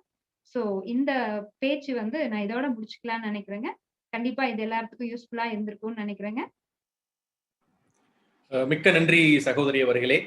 இன்றைய காணொளியில் ஒரு பள்ளி மாணவன் அல்லது மாணவி அவர்களுடைய வாழ்க்கையை எவ்வாறு தீர்மானிப்பது என்று ஆரம்பித்து, ஒரு கல்லூரி மாணவர் அல்லது மாணவி அவர்களுடைய வாழ்க்கையை எவ்வாறு தீர்மானித்து, இந்திய அரசின் பல போட்டித் தேர்வுகளை பற்றி மிக தெளிவாக கூறியிருந்தீர்கள். வீடியோவில் பார்க்கும் பொழுது நிறைய சொந்தங்கள் பேப்பர் பேனாவை எடுத்து குறிச்சுக்கிட்டதை நான் ரொம்ப சந்தோஷத்துடன் பார்த்தேன். சொந்தங்களே, இந்த தகவல் வந்து உங்களுக்கு ஒரு கன்சைஸா, அதாவது சுருக்கமாக இந்த 1 மணி நேர காணொளிக்குள் அடங்குமாறு தயாரித்து நமது இன்றைய சிறப்பு விருந்தினர், இன்றைய சிறப்பு பேச்சாளர் தொகுத்து கொடுத்திருக்காங்க. அவர்களுடைய அனுபவம் கிட்டத்தட்ட 15 வருட அனுபவம் இந்த போட்டி தேர்வுகளை சந்திக்கும் மாணவர்களுக்கு வழிகாட்டியாக இருந்து இதை அனைத்தையும் நமக்கு நம் குழந்தைகளுக்காகவும் அல்லது நமக்காகவும் கொண்டு சேர்த்திருக்காங்க. ஸோ அவர்களுக்கு இன்று பல கேள்விகள் வந்துள்ளன. அதுல ஒவ்வொரு கேள்வியா நான் உங்களுக்கு நம் சொந்தங்கள் சார்பாக கேட்கிறேன். சொந்தங்களே, உங்களுக்கு வேறு ஏதாவது கேள்விகள் இருந்தால் தயவு கூர்ந்து சேட் பாக்ஸ்ல டைப் செய்து நீங்க எங்களுக்கு அனுப்பவும். ஏன்னா நம்ம வந்து எல்லாத்தையும் அன்மியூட் பண்ணி பேச வைக்க முடியாது. அதனால உங்களுடைய கேள்விகளை நீங்க டைப் செய்து சேட் பாக்ஸில் போடும் பொழுது அந்த கேள்விகளை ஒன்று சேர்த்து எந்தெந்த கேள்விகளுக்கு பிரதானமாக அனைவருக்கும் பதில் தெரிய வேண்டுமோ அதை நம் இன்றைய பேச்சாளரிடம் கொண்டு சேர்த்து அதற்குண்டான விளக்கங்களை கேட்டுக்கொள்வோம். முதல்ல வந்து ஒருத்தர் என்ன கேட்டிருக்காருன்னாங்க, மாணவர்கள் அல்லது கல்லூரி செல்லும் மாணவர்களோ பள்ளி செல்லும் மாணவர்களோ அவர்கள் வாழ்க்கையை தீர்மானிப்பதை பத்தி சொல்லியிருந்தீங்க. எனக்கு வந்து இன்று 30 வயதை தாண்டி விட்டது. நான் அந்த காலத்தில் கிராமத்தில் பிறந்து வளர்ந்ததனால் அந்த சூழலில் எனக்கு நிறைய வழிகாட்டுதல் கிடைக்காமல் சென்று விட்டது. இன்று நான் ஒரு டிகிரி முடிச்சிருக்கேன், ஒரு பிஜி டிகிரி முடிச்சிருக்கேன். பட் எனக்கு வந்து இந்த சூழ்நிலையில நீங்க 38 வயதிற்குள்ள யூபிஎஸ்சி எழுதலாம்னு சொல்லியிருந்தீங்க. இந்த சூழ்நிலையில நான் எந்த விதமான அணுகுமுறை பார்க்கணும், என்னென்ன வெப்சைட்ஸ் பார்த்து நான் வந்து டீடைல்ஸ் கேதர் பண்ணிக்கலாம் அப்படின்னு ஒரு கேள்வி கேட்டிருக்காங்க. அதாவது பாத்தீங்கன்னா, நீங்க ஸ்டார்ட் பண்றது லேட்டா ஸ்டார்ட் பண்ணாலும் ரொம்ப விகரஸா படிக்க ஆரம்பிச்சிட்டீங்கன்னா கண்டிப்பா கிராக் பண்ணலாம். அது தப்பு கிடையாதுங்க. யுபிஎஸ்சிக்கு வந்து upsc.gov.in அதுதாங்க யுபிஎஸ்சினுடைய வெப்சைட். அந்த வெப்சைட்டுக்குள்ள போனீங்கன்னா ஆனுவல் பிளானர் அப்படிங்கிறது போட்டிருப்பாங்க. அதுல வந்து சிவில் சர்வீஸ் எக்ஸாமினேஷன் எப்ப நடக்க போகுது, மெயின் எக்ஸாம் எப்ப நடக்க போகுது அப்படி தெளிவான உங்களுக்கு இன்ஃபர்மேஷன்ஸ் இருக்குங்க. சோ நீங்க அதை பார்த்துட்டு சிலபஸ் கொடுத்திருப்பாங்க. யுபிஎஸ்சிக்கான சிலபஸ் இருக்கும். சிவில் சர்வீஸ் பிரிலிமினரி எக்ஸாமினேஷனுக்கான சிலபஸ் தனியாகவும், மெயின் எக்ஸாமுக்குரிய சிலபஸ் தனியாகவும் கொடுத்திருப்பாங்க. நீங்க அதை வந்து டவுன்லோட் பண்ணிக்கோங்க. டவுன்லோட் பண்ணதுக்கு அப்புறம் வாசிச்சு பாருங்க. ஆப்ஷனல் சப்ஜெக்ட் சூஸ் பண்றதுல மட்டும் கொஞ்சம் கான்சியஸா இருக்கணும். அதை எடுத்தோன்னே சூஸ் பண்ணாதீங்க. நீங்க ஏதாவது ஒரு இன்ஸ்டிடியூஷன்ல போய் படிக்கணும்னு நினைச்சா முடிஞ்சா படிங்க. இல்ல செல்ஃபா ப்ரிப்பேர் பண்றதுன்னா இந்த பழைய கேள்வித்தாள்கள் எல்லாத்தையும் நீங்க வந்து ஃபர்ஸ்ட் அனலைஸ் பண்ணி பார்க்கணும். சிலபஸ படிச்சு பார்க்கணும். அதுக்கப்புறம் நம்மனால முடியுமா அப்படிங்கிறது உங்களுடைய செல்ஃப் அனலைஸ ஃபர்ஸ்ட் பண்ணிட்டு உங்களுடைய ப்ரிப்பரேஷன் ஸ்டார்ட் பண்ணுங்க. நீங்க அதை படிக்கும் போது சைமல்டேனியஸா டிஎன்பிஎஸ்சி குரூப் 1, குரூப் 2வும் படிக்க ஆரம்பிச்சிருங்க. நீங்க அங்க போடுற எஃபோர்ட் இதுக்கும் கண்டிப்பா யூஸ்ஃபுல்லா இருக்குங்க. ஓகே, அடுத்த கேள்வி ஸ்டாஃப் செலக்ஷன் கமிஷன் பத்தி கொஞ்சம் விரிவாக சொல்லுங்கன்னு கேட்டிருக்காங்க. இந்த ஸ்டாஃப் செலக்ஷன் கமிஷன் அப்படிங்கிறது பாத்தீங்கன்னா, இந்த 2 லெவல்ல கண்டக்ட் பண்ணுவாங்க. இப்போ வந்து நீங்க +2 முடிச்சிருக்கீங்க அப்படின்னா அவங்களுக்கு ஒரு எக்ஸாமும், அதே நேரத்துல வந்து கிராஜுவேஷன் நம்ம முடிச்சிருக்கோம் அப்படின்னா அவங்களுக்கு தனியா ஒரு எக்ஸாமினேஷனும் கண்டக்ட் பண்ணுவாங்க. சோ அந்த ஸ்டாஃப் செலக்ஷன் கமிஷன் தான் வந்து பாத்தீங்கன்னா இப்ப முக்கியமான குரூப் பில வரக்கூடிய எல்லா ஆபீசர்ஸும் செலக்ட் பண்றது. அதுல பாத்தீங்கன்னா இப்ப combined higher secondary level CGHL அப்படின்னு சொல்லுவாங்க. சோ அந்த எக்ஸாமினேஷன் நடக்குங்க. Combined graduate level tier 1, tier 2 அப்படின்னு சொல்லுவாங்க. சோ அது ரொம்ப ரொம்ப இம்பார்ட்டன்டான ஒரு எக்ஸாமினேஷன். நம்ம வந்து டிகிரி முடிச்சதுக்கு அப்புறம் எழுதக்கூடிய ஒரு எக்ஸாமினேஷன் தாங்க அது. அதே நேரத்துல பாத்தீங்கன்னா, அதுல போகும்போது நெறைய போஸ்ட் இருக்குங்க. செப்பரேட்டா வந்து இன்னும் சில போஸ்ட்டுக்கான எக்ஸாமினேஷன்ஸ் கண்டக்ட் பண்றாங்க. ஜூனியர் என்ஜினியர் அதுக்கான ஒரு போஸ்ட் இருக்குங்க. ஜூனியர் ஹிந்தி டிரான்ஸ்லேட்டர், அதே மாரி சீனியர் ஹிந்தி டிரான்ஸ்லேட்டர் எக்ஸாமினேஷன். அது ஹிந்தி தெரிஞ்சவங்க பண்ற ஒரு விஷயங்க. Sub inspector in Delhi police and central armed police forces examination. அதே நேரத்துல stenographer grade C and D exam. இது எல்லாமே பாத்தீங்கன்னா இந்த ஸ்டாஃப் செலக்ஷன் கீழ தாங்க வரும். இப்ப ரீசன்ட் டேஸ்ல வந்து போஸ்ட் ஆபீஸ்ல நம்ம வந்து வொர்க் பண்ணனும்னா கூட சில போஸ்ட்டுக்கு வந்து இந்த எஸ்எஸ்சில தான் வந்து செலக்ஷனே பண்றாங்க. சோ இதுதான் வந்து ஸ்டாஃப் செலக்ஷன் கமிஷன். நீங்க வந்து ஸ்டாஃப் செலக்ஷன் கமிஷன் பத்தி இன் டெப்த் டீடைல்ஸ் பாத்துக்கணும்னா ஸ்டாஃப் செலக்ஷன் வெப்சைட்டுக்குள்ள போனீங்கன்னா நீங்க வந்து எல்லா டீடைல்ஸும் அவங்க வந்து அப்கமிங் எக்ஸாம் எந்த மாதிரி சிலபஸ் இருக்கும், என்ன மாதிரி வந்து ப்ரீவியஸ் கொஸ்டின் பேப்பர்ஸ் இருக்கும் அப்படிங்கிற விஷயத்த வந்து அதுல போட்டிருப்பாங்க. நம்ம அதுல தெரிஞ்சுக்கலாம். மிக தெளிவான ஒரு விளக்கம். அடுத்த கேள்வி என்னன்னு கேட்டீங்கன்னா, நான் டிஎன்பிஎஸ்சி குரூப் 1 ப்ரிப்பேர் பண்ற அதே டைம்ல டிஎன்பிஎஸ்சி குரூப் 2 எக்ஸாம் ப்ரிப்பேர் பண்ணி அட்டெண்ட் பண்ண முடியுமா அப்படின்னு கேட்டிருக்காங்க. கண்டிப்பா அட்டெண்ட் பண்ண முடியுங்க. ஆனா வந்து குரூப் 1 பிரிலிமினரி எக்ஸாமுக்கும் குரூப் 2ஓட பிரிலிமினரி எக்ஸாமுக்கும் ஒரே சிலபஸ் தாங்க. அதுல எந்த மாற்றம் இல்லைங்க. பிரிலிம்ஸ் பொறுத்த அளவுக்கு நீங்க கவலைப்படாம படிக்கலாம். மெயின்ஸ் நீங்க போகும்போது குரூப் 1 மெயின்ஸ் வந்து 3 பேப்பருங்க. அதுல வந்து 250 மார்க் 3 சப்ஜெக்ட்டுக்கும் குடுத்திருக்காங்க. பட் இது பார்க்கும்போது இது கொஞ்சம் வித்தியாசமான ஒரு செட்டப்ல இதுதான் ஃபர்ஸ்ட் டைம் எக்ஸாமே எழுத போறாங்க. அதுல புதுசா அவங்க சேர்த்துக்கிட்ட விஷயம் பாத்தீங்கன்னா, திருக்குறள் பத்தி நம்ம படிக்கிற மாதிரி இருக்குங்க. டிரான்ஸ்லேஷன் பத்தி பண்ற மாரி இருக்கும். பேசேஜ் ரைட்டிங்னு சொல்லுவாங்க. நம்ம இதெல்லாமே வந்து 10th லெவல்ல தான் வருங்க. நம்ம அங்க என்னெல்லாம் பண்ணுமோ அதே மாதிரி அந்த பேப்பர்ல மெயின்ஸ்ல இப்ப பண்ற மாரி இருக்குங்க. நீங்க வந்து tnpsc.gov.in அந்த வெப்சைட்டுக்குள்ள போனீங்கன்னா, இதுல ஆனுவல் பிளானர் போட்டிருப்பாங்க. அதுல வந்து மே மாதம் அல்லது ஜூன் மாதத்துல வந்து குரூப் 2க்கான நோட்டிபிகேஷன் வர்றதுக்கான பாசிபிலிட்டிஸ் இருக்குங்க. நடுவுல எலக்ஷன் அப்படிங்கிறதுனால மோஸ்ட் ப்ராபப்லி அவங்க இப்பல்லாம் என்ன செய்றாங்கன்னா, அந்த 1 வருடம் காலத்துக்குள்ளேயே பாத்தீங்கன்னா, குரூப் 1 பிரிலிமினரி கண்டக்ட் பண்றாங்க, மெயின்ஸ் கண்டக்ட் பண்றாங்க, இன்டர்வியூ கண்டக்ட் பண்றாங்க. அதே மாதிரி தான் குரூப் 2க்குமே மேக்ஸிமம் பண்ணிடுறாங்க. இதுவும் 3 ஸ்டேஜ் தாங்க. Preliminary exam, main exam, interview. நம்ம 3யும் கடந்து தான் நம்ம இன்னைக்கு சர்வீஸ்க்குள்ள போற மாதிரி இருக்கும். ஆனா நல்லா ப்ரிப்பேர் பண்ணா குரூப் 2ல ஈஸியா வந்து சர்வீஸ் வாங்கிடலாங்க. ஓகே. நிறைய கேள்விகள் வருவதால் நான் சீக்கிரமா அடுத்த கேள்விக்கு போயிடுறேங்க. பிஜி இன் பொலிட்டிக்கல் சயின்ஸ் அத வந்து டைரக்டா படிச்சாதான் மதிப்பா அல்லது டிஸ்டன்ஸ் மோட்லயும் படிச்சு நம்ம யுபிஎஸ்சி அட்டெண்ட் பண்ண முடியுமா அப்படின்னு கேட்டிருக்காங்க. அதெல்லாம் ஒண்ணுமே இஷ்யூ இல்லைங்க. நீங்க என்ன டிகிரி எந்த கோர்ஸையும் கரஸ்ல படிச்சுக்கலாங்க. உங்களால காலேஜ் போய் படிக்க வாய்ப்பு இல்லைன்னா, நீங்க வந்து கரஸ்ல படிக்கலாம். ஆனா எந்த யுனிவர்சிட்டில போட்டு படிக்கிறீங்கிறது தான் முக்கியமான ஒரு விஷயங்க. நீங்க வந்து பெஸ்ட்டான சிலபஸ் வேணும், நான் நல்லா படிச்சுக்கணும் அப்படின்னு நினைச்சீங்கன்னா, யுனிவர்சிட்டி ஆஃப் மெட்ராஸ்ல படிக்கலாங்க. கொஞ்சம் குவாலிட்டியா இருக்கக்கூடிய சிலபஸ் வந்து ஹெவியா இருக்கும். பாரதியார் யுனிவர்சிட்டி, பாரதிதாசன் யுனிவர்சிட்டி எடுத்துக்கிட்டீங்கன்னா, சிலபஸ் நல்லா வச்சிருப்பாங்க. நெறைய பசங்க இல்ல எனக்கு மார்க் மட்டும் தான் வேணும்னு சொல்லிட்டு அண்ணாமலை யுனிவர்சிட்டிக்கு போவாங்க. ஆனா அண்ணாமலை யுனிவர்சிட்டி ஈஸின்னு சொல்லி நெறைய பேர் தப்பா புரிஞ்சிருக்காங்க. நீங்க சில கோர்சஸ் எல்லாம் போனீங்கன்னா, அங்கேயும் ஸ்டாண்டர்டான சிலபஸ் இருக்கு. சோ அதனால நம்ம என்ன எடுத்துக்கிறோம் அப்படிங்கிறது தாங்க. கண்டிப்பா படிக்கலாம். நம்ம எக்ஸாம்ஸும் அப்பியர் ஆகலாங்க. முற்றிலும் உண்மைங்க. யுனிவர்சிட்டி ஆஃப் மெட்ராஸோடைய சிலபஸ் ரொம்ப டஃப்பா தான் இருக்கும். பட் நம்ம பிரிப்பரேஷன் செய்து வாழ்க்கையில ஜெயிக்கணும்னா யுனிவர்சிட்டி ஆஃப் மெட்ராஸ் ஸ்டூடெண்ட் அப்படிங்கிற முறையில நீங்க சொல்றத நானும் ஆமோதிக்கிறேன். அடுத்த கொஸ்டின் வந்து ரயில்வே எக்ஸாம்ஸ்க்கு எந்த லிங்க் நம்ம பார்க்கணுங்க? அந்த வெப்சைட் டீடைல்ஸ் ஏதாவது இருந்தா அதனுடைய எக்ஸாம் பிரிப்பரேஷன் பத்தி கொஞ்சம் சொல்லுங்கன்னு கேட்டிருக்காங்க. ரயில்வே ரெக்ரூட்மெண்ட் போகணும் அப்படின்னு பாத்தீங்கன்னா www.rrcbங்க ஸ்மால் லெட்டர்ஸ்ல எல்லாமே rrcb.gov.inங்க அந்த வெப்சைட்டுக்குள்ள போனோம்னா ரயில்வே ரெக்ரூட்மெண்ட் பத்தின எல்லா டீடைல்ஸும் இருக்குங்க. இப்போ இந்தியாவில் இருக்கக்கூடிய 18 ரயில்வே ஜோன்ஸ் மண்டலம் இருக்கும். அவங்க காமனா வந்து எக்ஸாம்ஸ் எல்லாமே கண்டக்ட் பண்ணுவாங்க. சோ டெக்னிக்கல், நான் டெக்னிக்கல் எல்லாமே அந்த வெப்சைட்ல நம்ம பார்க்கலாங்க. ஒரு வித்தியாசமான ஒரு கேள்வி நம் சொந்தங்கள் ஒருத்தர் கேட்டிருக்காருங்க. அவருடைய மனைவி வந்து பிஎஸ்சி அக்ரிகல்ச்சர் முடிச்சிருக்காங்க. பட் அவங்களுடைய ஐ பவர் வந்து 8 அப்படிங்கிற பாயிண்ட் இருக்கு. எந்த எக்ஸாம் அவங்களுக்கு ட்ரை பண்ணா உகந்ததா இருக்கும் அப்படின்னு கேக்குறாருங்க.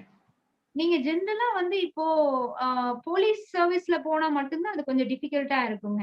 அதுக்கு தான் வந்து இப்ப டிஎஸ்பியா போறீங்க, ஐபிஎஸ் போறீங்கன்னா, அதுக்கு வந்து பவர் கொஞ்சம் இஷ்யூ இருக்கும். மத்த சில போஸ்ட்டுக்கெல்லாம் ஒண்ணும் இஷ்யூ இருக்காதுங்க. ஏன்னா இப்ப வந்து பார்த்தீங்கன்னா, அ இவங்களே அதாவது மாற்றுத்திறனாளிகளே நெறைய பேர் உள்ள சர்வீஸ்குள்ள என்டர் ஆகுறாங்க. ஓகே. மிக்க நன்றிங்க. அடுத்த கேள்வி வந்து, அ என்னுடைய மகன் வந்து 10வது ஸ்டூடண்ட் 10வது படிக்கக்கூடிய ஒரு ஸ்டூடண்ட்டா இருக்கான். சைபர் செக்யூரிட்டி பத்தின ஒரு சப்ஜெக்ட்ல ரொம்ப இன்ட்ரஸ்டடா இருக்கும் பொழுது, 11வது வகுப்புல எந்த குரூப்ப எடுத்தா கரெக்ட்டா இருக்கும்? அப்படிங்கிற மாரி கேட்டிருக்காருங்க. சயன்ஸ் போய்க்கிறது தான் பெஸ்ட்டுங்க.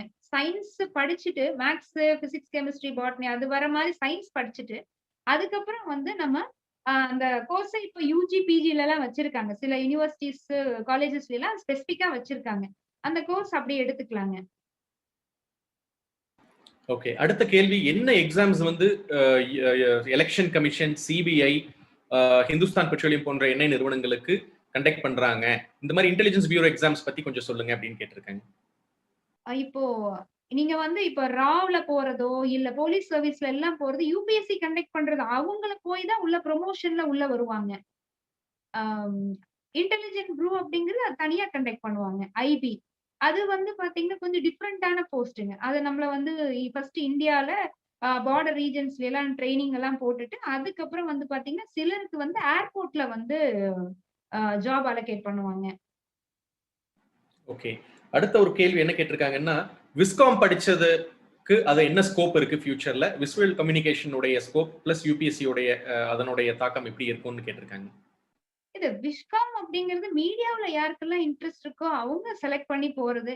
நீங்க வந்து பார்த்தீங்கன்னா, இப்போ நெறைய பிரைவேட் டிவி சேனல்ஸ்லாம் வந்தாச்சு. சோ நீங்க அத படிச்சீங்கன்னா வந்து ரிப்போர்ட்டராவோ, இல்ல நியூஸ் சேனல்ல வொர்க் பண்றது. அ இது மாரி போறதுக்கான பாசிபிலிட்டீஸ் இருக்கு. யுபிஎஸ்சி போறதுக்கு நீங்க என்ன டிகிரி வேணா படிச்சுட்டு போலாம். இதுதான், அதுதான்லாம் எதுவுமே கிடையாதுங்க. நீங்க சாதாரண ஒரு தமிழ் லிட்டரேச்சரோ, இல்ல தமிழ்ல நீங்க வந்து நெறைய பேர் தமிழ்ல வந்து ஹிஸ்டரிய படிச்சுட்டு போவாங்க. ஆனா, அவங்க கூட பார்த்தீங்கன்னா, யுபிஎஸ்சில சூப்பரான மார்க்லாம் வாங்கியிருக்காங்க. நெறைய பேர் நெனச்சுக்கிறாங்க, நம்ம ஐஐடில படிச்சிருந்தா தான் உள்ள போ முடியும். ஐஐஎம்ல படிச்சிருந்தா தான், அண்ணா யூனிவர்சிட்டில படிச்சிருந்தா தான் சர்வீஸ்க்கு போணும்னு நெனச்சுக்கிட்டு இருக்காங்க. அப்படியெல்லாம் கிடையாதுங்க. நீங்க வந்து ஒரு கரஸ்பாண்டன்ஸ்ல ஒரு டிகிரி படிச்சிருந்தா கூட, நீங்க அங்க யுபிஎஸ்சி ரேங்கிங்ல சூப்பரான ரேங்கிங்ல வரலாம். அது என்னுடைய ஒரு ஸ்டூடண்ட் ஒருத்தர் பார்த்தீங்கன்னா, அவங்க வந்து வெறும் பிஏ கரஸ்பாண்டன்ஸ் கோர்ஸ்ல தமிழ்நாடு ஓப்பன் யூனிவர்சிட்டில படிச்ச ஒரு ஸ்டூடண்ட். குரூப் 1ல சர்வீஸ் வாங்கி இன்னைக்கு டிஎஸ்பியா இருக்காங்க. சோ இந்த மாதிரி நெறைய ஸ்டூடண்ட்ஸ் இருக்காங்க. மிகவும் தெளிவான ஒரு விளக்க உரைங்க. அடுத்த கொஸ்டின் என்னன்னா, என்னுடைய மகள் வந்து பிசினஸ் அண்ட் ஹெல்த் கேர்ல இன்ட்ரெஸ்டா இருக்காங்க. சோ உங்களுடைய தாட்ஸ் என்ன ஹெல்த் கேர் மேனேஜ்மென்ட் பத்தி அப்படின்னு கேட்டிருக்காருங்க. கண்டிப்பா போலாங்க. தப்பே கிடையாது. ஏன்னா, இன்னைக்கு இருக்கக்கூடிய காலகட்டத்தில இப்ப கோவிட் சிச்சுவேஷன்ஸ் எல்லாருமே பார்த்திருப்பாங்க. கோவிட் சிச்சுவேஷன்ல யாரு ரொம்ப பிஸியா இருக்காங்களோ இல்லையோ, ஹாஸ்பிட்டல்ல இருக்கக்கூடிய ஆட்கள் ரொம்ப ரொம்ப பிஸியா இருக்காங்க. சோ இது ஹெல்த் கேர் மேனேஜ்மென்ட் அப்படிங்கும்போது நம்ம அந்த அட்மினிஸ்ட்ரேட்டிவ் சைட்ல வொர்க்கிங் அலோகேஷன் இருக்கும். சோ நல்ல ஒரு கோர்ஸ் தாங்க. எந்த கோர்ஸும் மோசம் கிடையாது. அவங்களுக்கு இன்ட்ரெஸ்ட் இருந்ததுன்னா கண்டிப்பா அலோவ் பண்ணலாம். கண்டிப்பாக. அடுத்த கேள்வி என்ன கேட்டிருக்காங்கன்னா, எம்பிபிஎஸ் படிப்பு படித்து முடித்ததற்கு பிறகு யுபிஎஸ்சி எடுத்தால் அதனுடைய சிறப்பு எப்படி இருக்கும்? அதற்கு பிறகு பிஜி டிகிரி பண்ணிட்டு போகணுமா? அல்லது எம்பிபிஎஸ் முடிச்சோனே டைரக்ட்டா யுபிஎஸ்சி ட்ரை பண்ணலாமா? அப்படின்னு கேட்டிருக்காங்க. ஆ இப்ப நாங்க 2 விதமான ஸ்டூடண்ட்ஸையும் பார்க்குறோங்க. சிலர் வந்து பார்த்தீங்கன்னா, எம்பிபிஎஸ் முடிச்சோனே என்னுடைய பேட்ச்மேட்டுங்க. நாங்க யுபிஎஸ்சி பிரிப்பேர் பண்ணும்போது எங்க கூட படிச்சவர். அவரு வந்து மெட்ராஸ் இதுல மெடிக்கல் காலேஜ்ல வந்து கோல்டு மெடலிஸ்ட்டுங்க. அவருக்கு வந்து பார்த்தீங்கன்னா, எம்பிபிஎஸ் முடிச்சுட்டு ஐபிஎஸ் ஆகணுங்கிறது அவர் எய்ம். எம்பிபிஎஸ் முடிச்சாருங்க. அதுக்கப்புறம் யுபிஎஸ்சி பிரிப்பேர் பண்ணாரு. 2ண்ட் அட்டெம்ப்ட்லயே வந்து அவருக்கு ஐபிஎஸ் கிடைச்சிருச்சு. நம்ம வந்து 2 ஆப்ஷன் வச்சுக்கலாம். நீங்க வந்து எம்பிபிஎஸ் வந்து ஒரு சேஃபர் ஜோனுக்கு இருக்கட்டும் அப்படின்னு ஃபீல் பண்ணி படிச்சுக்கலாம். ப்ரொஃபஷனல் கோர்ஸ் பொறுத்தளவுக்கு, அதுவும் எம்பிபிஎஸ் பொறுத்தளவுக்கு நீங்க படிச்சுட்டு, அதுக்கப்புறம் பிஜி பண்ணணும்னா நீட் எக்ஸாம்ஸ் எழுதி நீங்க போய்க்கலாம். இல்ல நீங்க டைரக்ட்டாவும் ஸ்டார்ட் பண்ணிக்கலாம். ஏன்னா டைரக்ட்டா ஸ்டார்ட் பண்ணீங்கன்னா டைம் வேஸ்ட் பண்ண மாட்டீங்க. அதுதாங்க. ஓகே. அடுத்த ஒரு கேள்வி வந்துங்க, காமர்ஸ் கிராஜுவேட்ஸ் ஏஎஃப்சிஏடி இதைய பத்தி தெளிவா கொஞ்சம் சொல்ல முடியுமான்னு கேட்டிருக்காங்க. ஏஎஃப்சிஏடி ஃபார் காமர்ஸ் கிராஜுவேட்ஸ். அதுக்கு எக்ஸ்பான்ஷன் என்ன குடுத்துருக்காங்க? ஏஎஃப்சிஏடி. குடுக்கலைங்க. அதனால எனக்கு அத பத்தி தெரியல. மேபி காமர்ஸ் கிராஜுவேட்ஸா இருக்கிறவங்களுக்கு தெரிஞ்சிருக்கலாம். ஏஎஃப்சிஏடின்னு கேட்டிருக்காங்க. இது அப்புறமா சொல்லிடலாங்க. Okay, sure. ஆ. அடுத்த இன்னொன்னு கேட்டாங்க. ஒரு ஓகே. நிமிஷம்.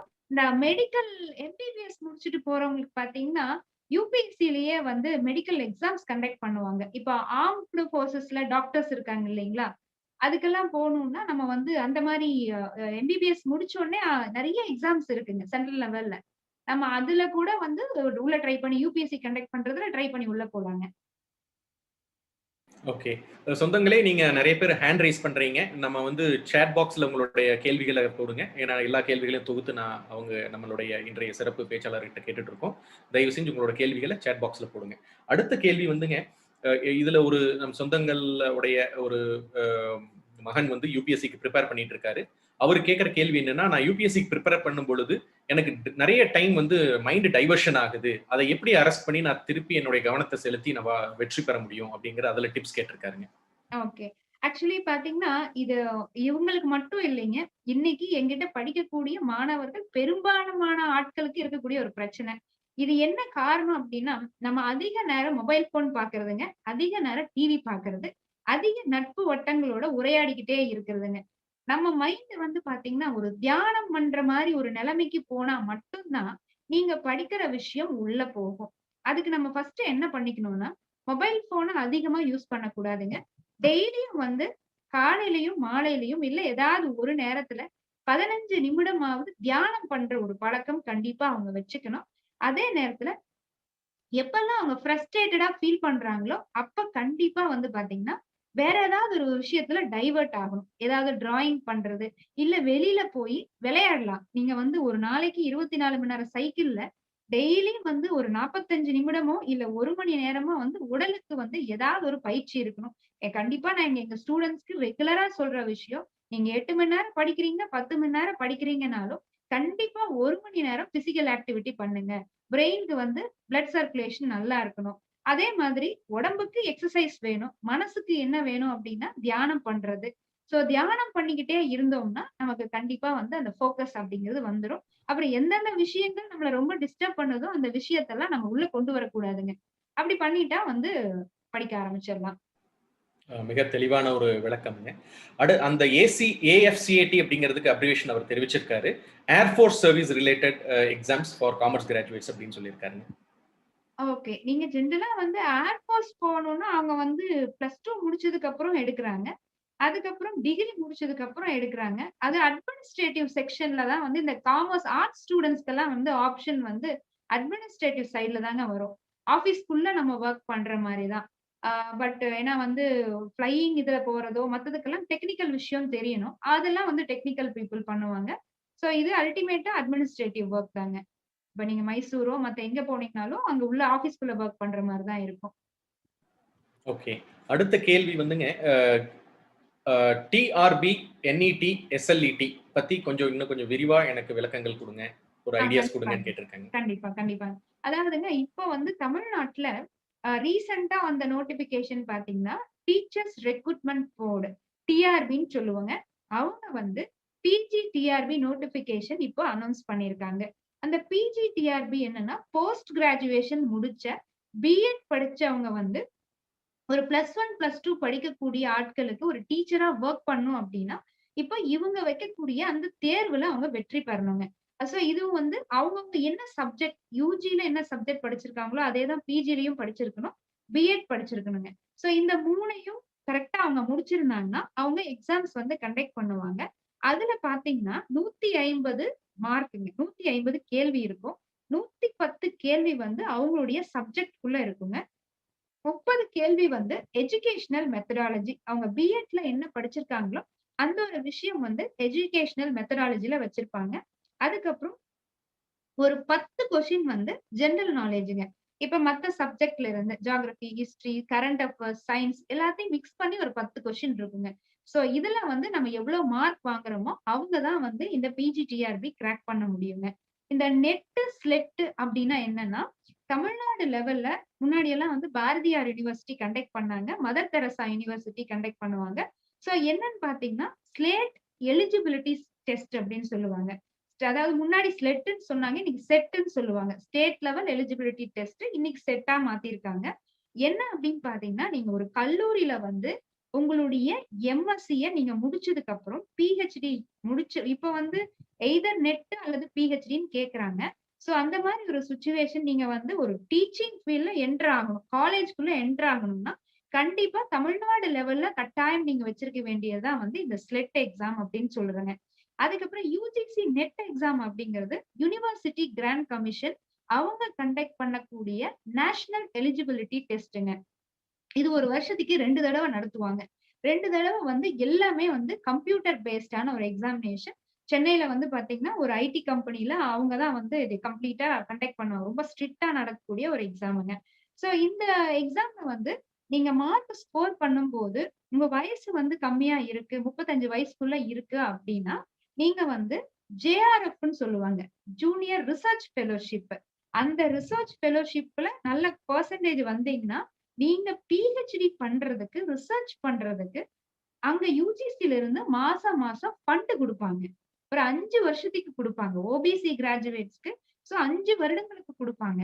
சோ நம்ம அத வாங்கியே அழகா நம்ம வந்து நம்மளுடைய பிஹெச்டி முடிக்கலாங்க. சோ இதுதான் வந்து யுஜிசி நெட்டுங்க. இன்னொன்னையும் சொல்லிடுறேங்க. சிஎஸ்ஐஆர் நெட்ன்னு சொல்றோம். சிஎஸ்ஐஆர் நெட் அப்படிங்கிறது வந்து சயின்ஸ் கிராஜுவேட்டுக்கான ஒரு எக்ஸாமினேஷன். யுஜிசி நெட்ல வந்து நெறைய சயின்ஸ் சப்ஜெக்ட்டுக்கு எக்ஸாம் இருக்காதுங்க. ஆர்ட்ஸ் சப்ஜெக்ட்டுக்கு மெயினா அதுக்குள்ள வந்துரும். சயின்ஸ் சப்ஜெக்ட் நீங்க ஒரு என்ஜினியரிங் கிராஜுவேட்னா, நீங்க கண்டிப்பா சிஎஸ்ஐஆர் நெட் தான் எழுதணும். அதே மாரி பாத்தீங்கன்னா, எர்த் சயின்ஸ் இந்த மாரி சயின்ஸ் எல்லாமே பாத்தீங்கன்னா, சிஎஸ்ஐஆர் நெட் தான் கிளியர் அது கொஞ்சம் எக்ஸாமினேஷன் பேட்டர்ன் வேற மாதிரி இருக்குங்க. நெகட்டிவ் மார்க் சிஸ்டம் எல்லாம் உண்டுங்க. அந்த எக்ஸாமினேஷன்ல யுஜிசி நெட் எக்ஸாம்ல நெகட்டிவ் மார்க் சிஸ்டம் கிடையாதுங்க.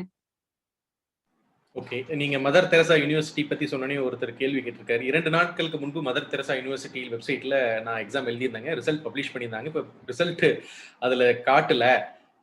என்னுடைய மார்க் 132. இப்ப என்ன ஸ்டேட்டஸ்ல நான் ப்ரொசீட் பண்ணலாம் அப்படின்னு கேட்டிருக்காருங்க. எதுக்குங்க? ஸ்லெட் எக்ஸாமுக்குங்களா? ஆமாங்க. எஸ்சிடி எக்ஸாம் வந்து 2 டேஸ் பிஃபோர் மதர் தெரசா யூனிவர்சிட்டில பப்ளிஷ் பண்ணியிருந்தாங்களாமாங்க. இப்ப அந்த வெப்சைட்ல அந்த ரிசல்ட் இல்லையாமா. He got 132 marks. இப்ப நான் என்னோட ஸ்டேட்டஸ் என்ன? நான் என்ன பண்ணலாம் மேற்கொண்டு அப்படின்னு ஒரு இல்ல. அவரு அந்த பட்டியல்ல வருதுங்களா? நேம் வருதுங்களா? நேம் வந்து 132 மார்க்ஸ் அப்படின்னு சொல்லியிருக்காருங்க. He has got 132 marks. அதுலயே அவங்க சொல்லுவாங்க. செலக்டட், கிளியர்ட், நாட் கிளியர்ட்ன்னு சொல்லி அனௌன்ஸ் பண்ணிருவாங்க. நமக்கு அவங்க சர்டிபிகேட் குடுப்பாங்க. இப்ப நீங்க யுஜிசி நெட்டோ, ஸ்லெட்டோ கிளியர் பண்ணீங்கன்னா, முன்னாடி எல்லாம் வந்து பாத்தீங்கன்னா, ஹார்ட் காப்பிய வீட்டுக்கு அனுப்பிச்சுட்டு இருந்தாங்க. இப்ப ஹார்ட் காப்பி எல்லாம் அனுப்ப மாட்டாங்க.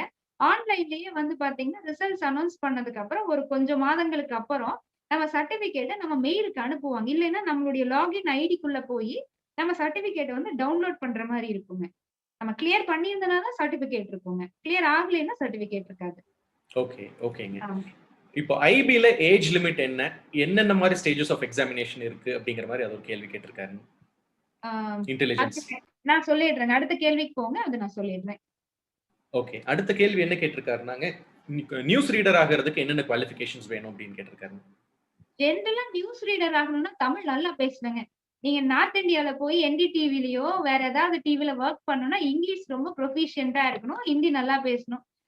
எனக்கே அந்த ஒரு அனுபவம் உண்டுங்க. நானே தூர்தர்ஷன்ல நியூஸ் ரீடரா போறதுக்கு கொஞ்சம் ட்ரை பண்ணேன். அதுக்கு அவங்க சொல்ற ஒரே விஷயம் பார்த்தீங்கன்னா, தமிழ் வந்து சரளமா படிக்கணும். பிழை இல்லாம படிக்கணும். அதுதான் வந்து தூர்தர்ஷன்ல. மத்த சேனல்ஸ்லயும் அதே மாரிதாங்க. தமிழும் தெரியணும், இங்கிலீஷும் தெரியணும். மத்தபடி ஒண்ணும் இல்லைங்க. எனி டிகிரி இருக்கலாம். அது பிரச்சனை இல்ல.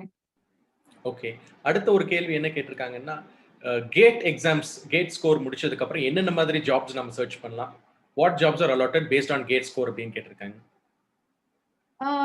நெறைய ஃபீல்ட் இருக்கு. அதுக்கும் நான் உங்களுக்கு சொல்லிடுறேன். ஒரு 2 மினிட்ஸ்ல சொல்லிடுறேன். நீங்க அடுத்த கொஸ்டினுக்கு போங்க. ஓகே. அடுத்த கொஸ்டின் என்ன கேட்டிருக்காங்கன்னா, ஒரே நிமிஷம். I just go through it.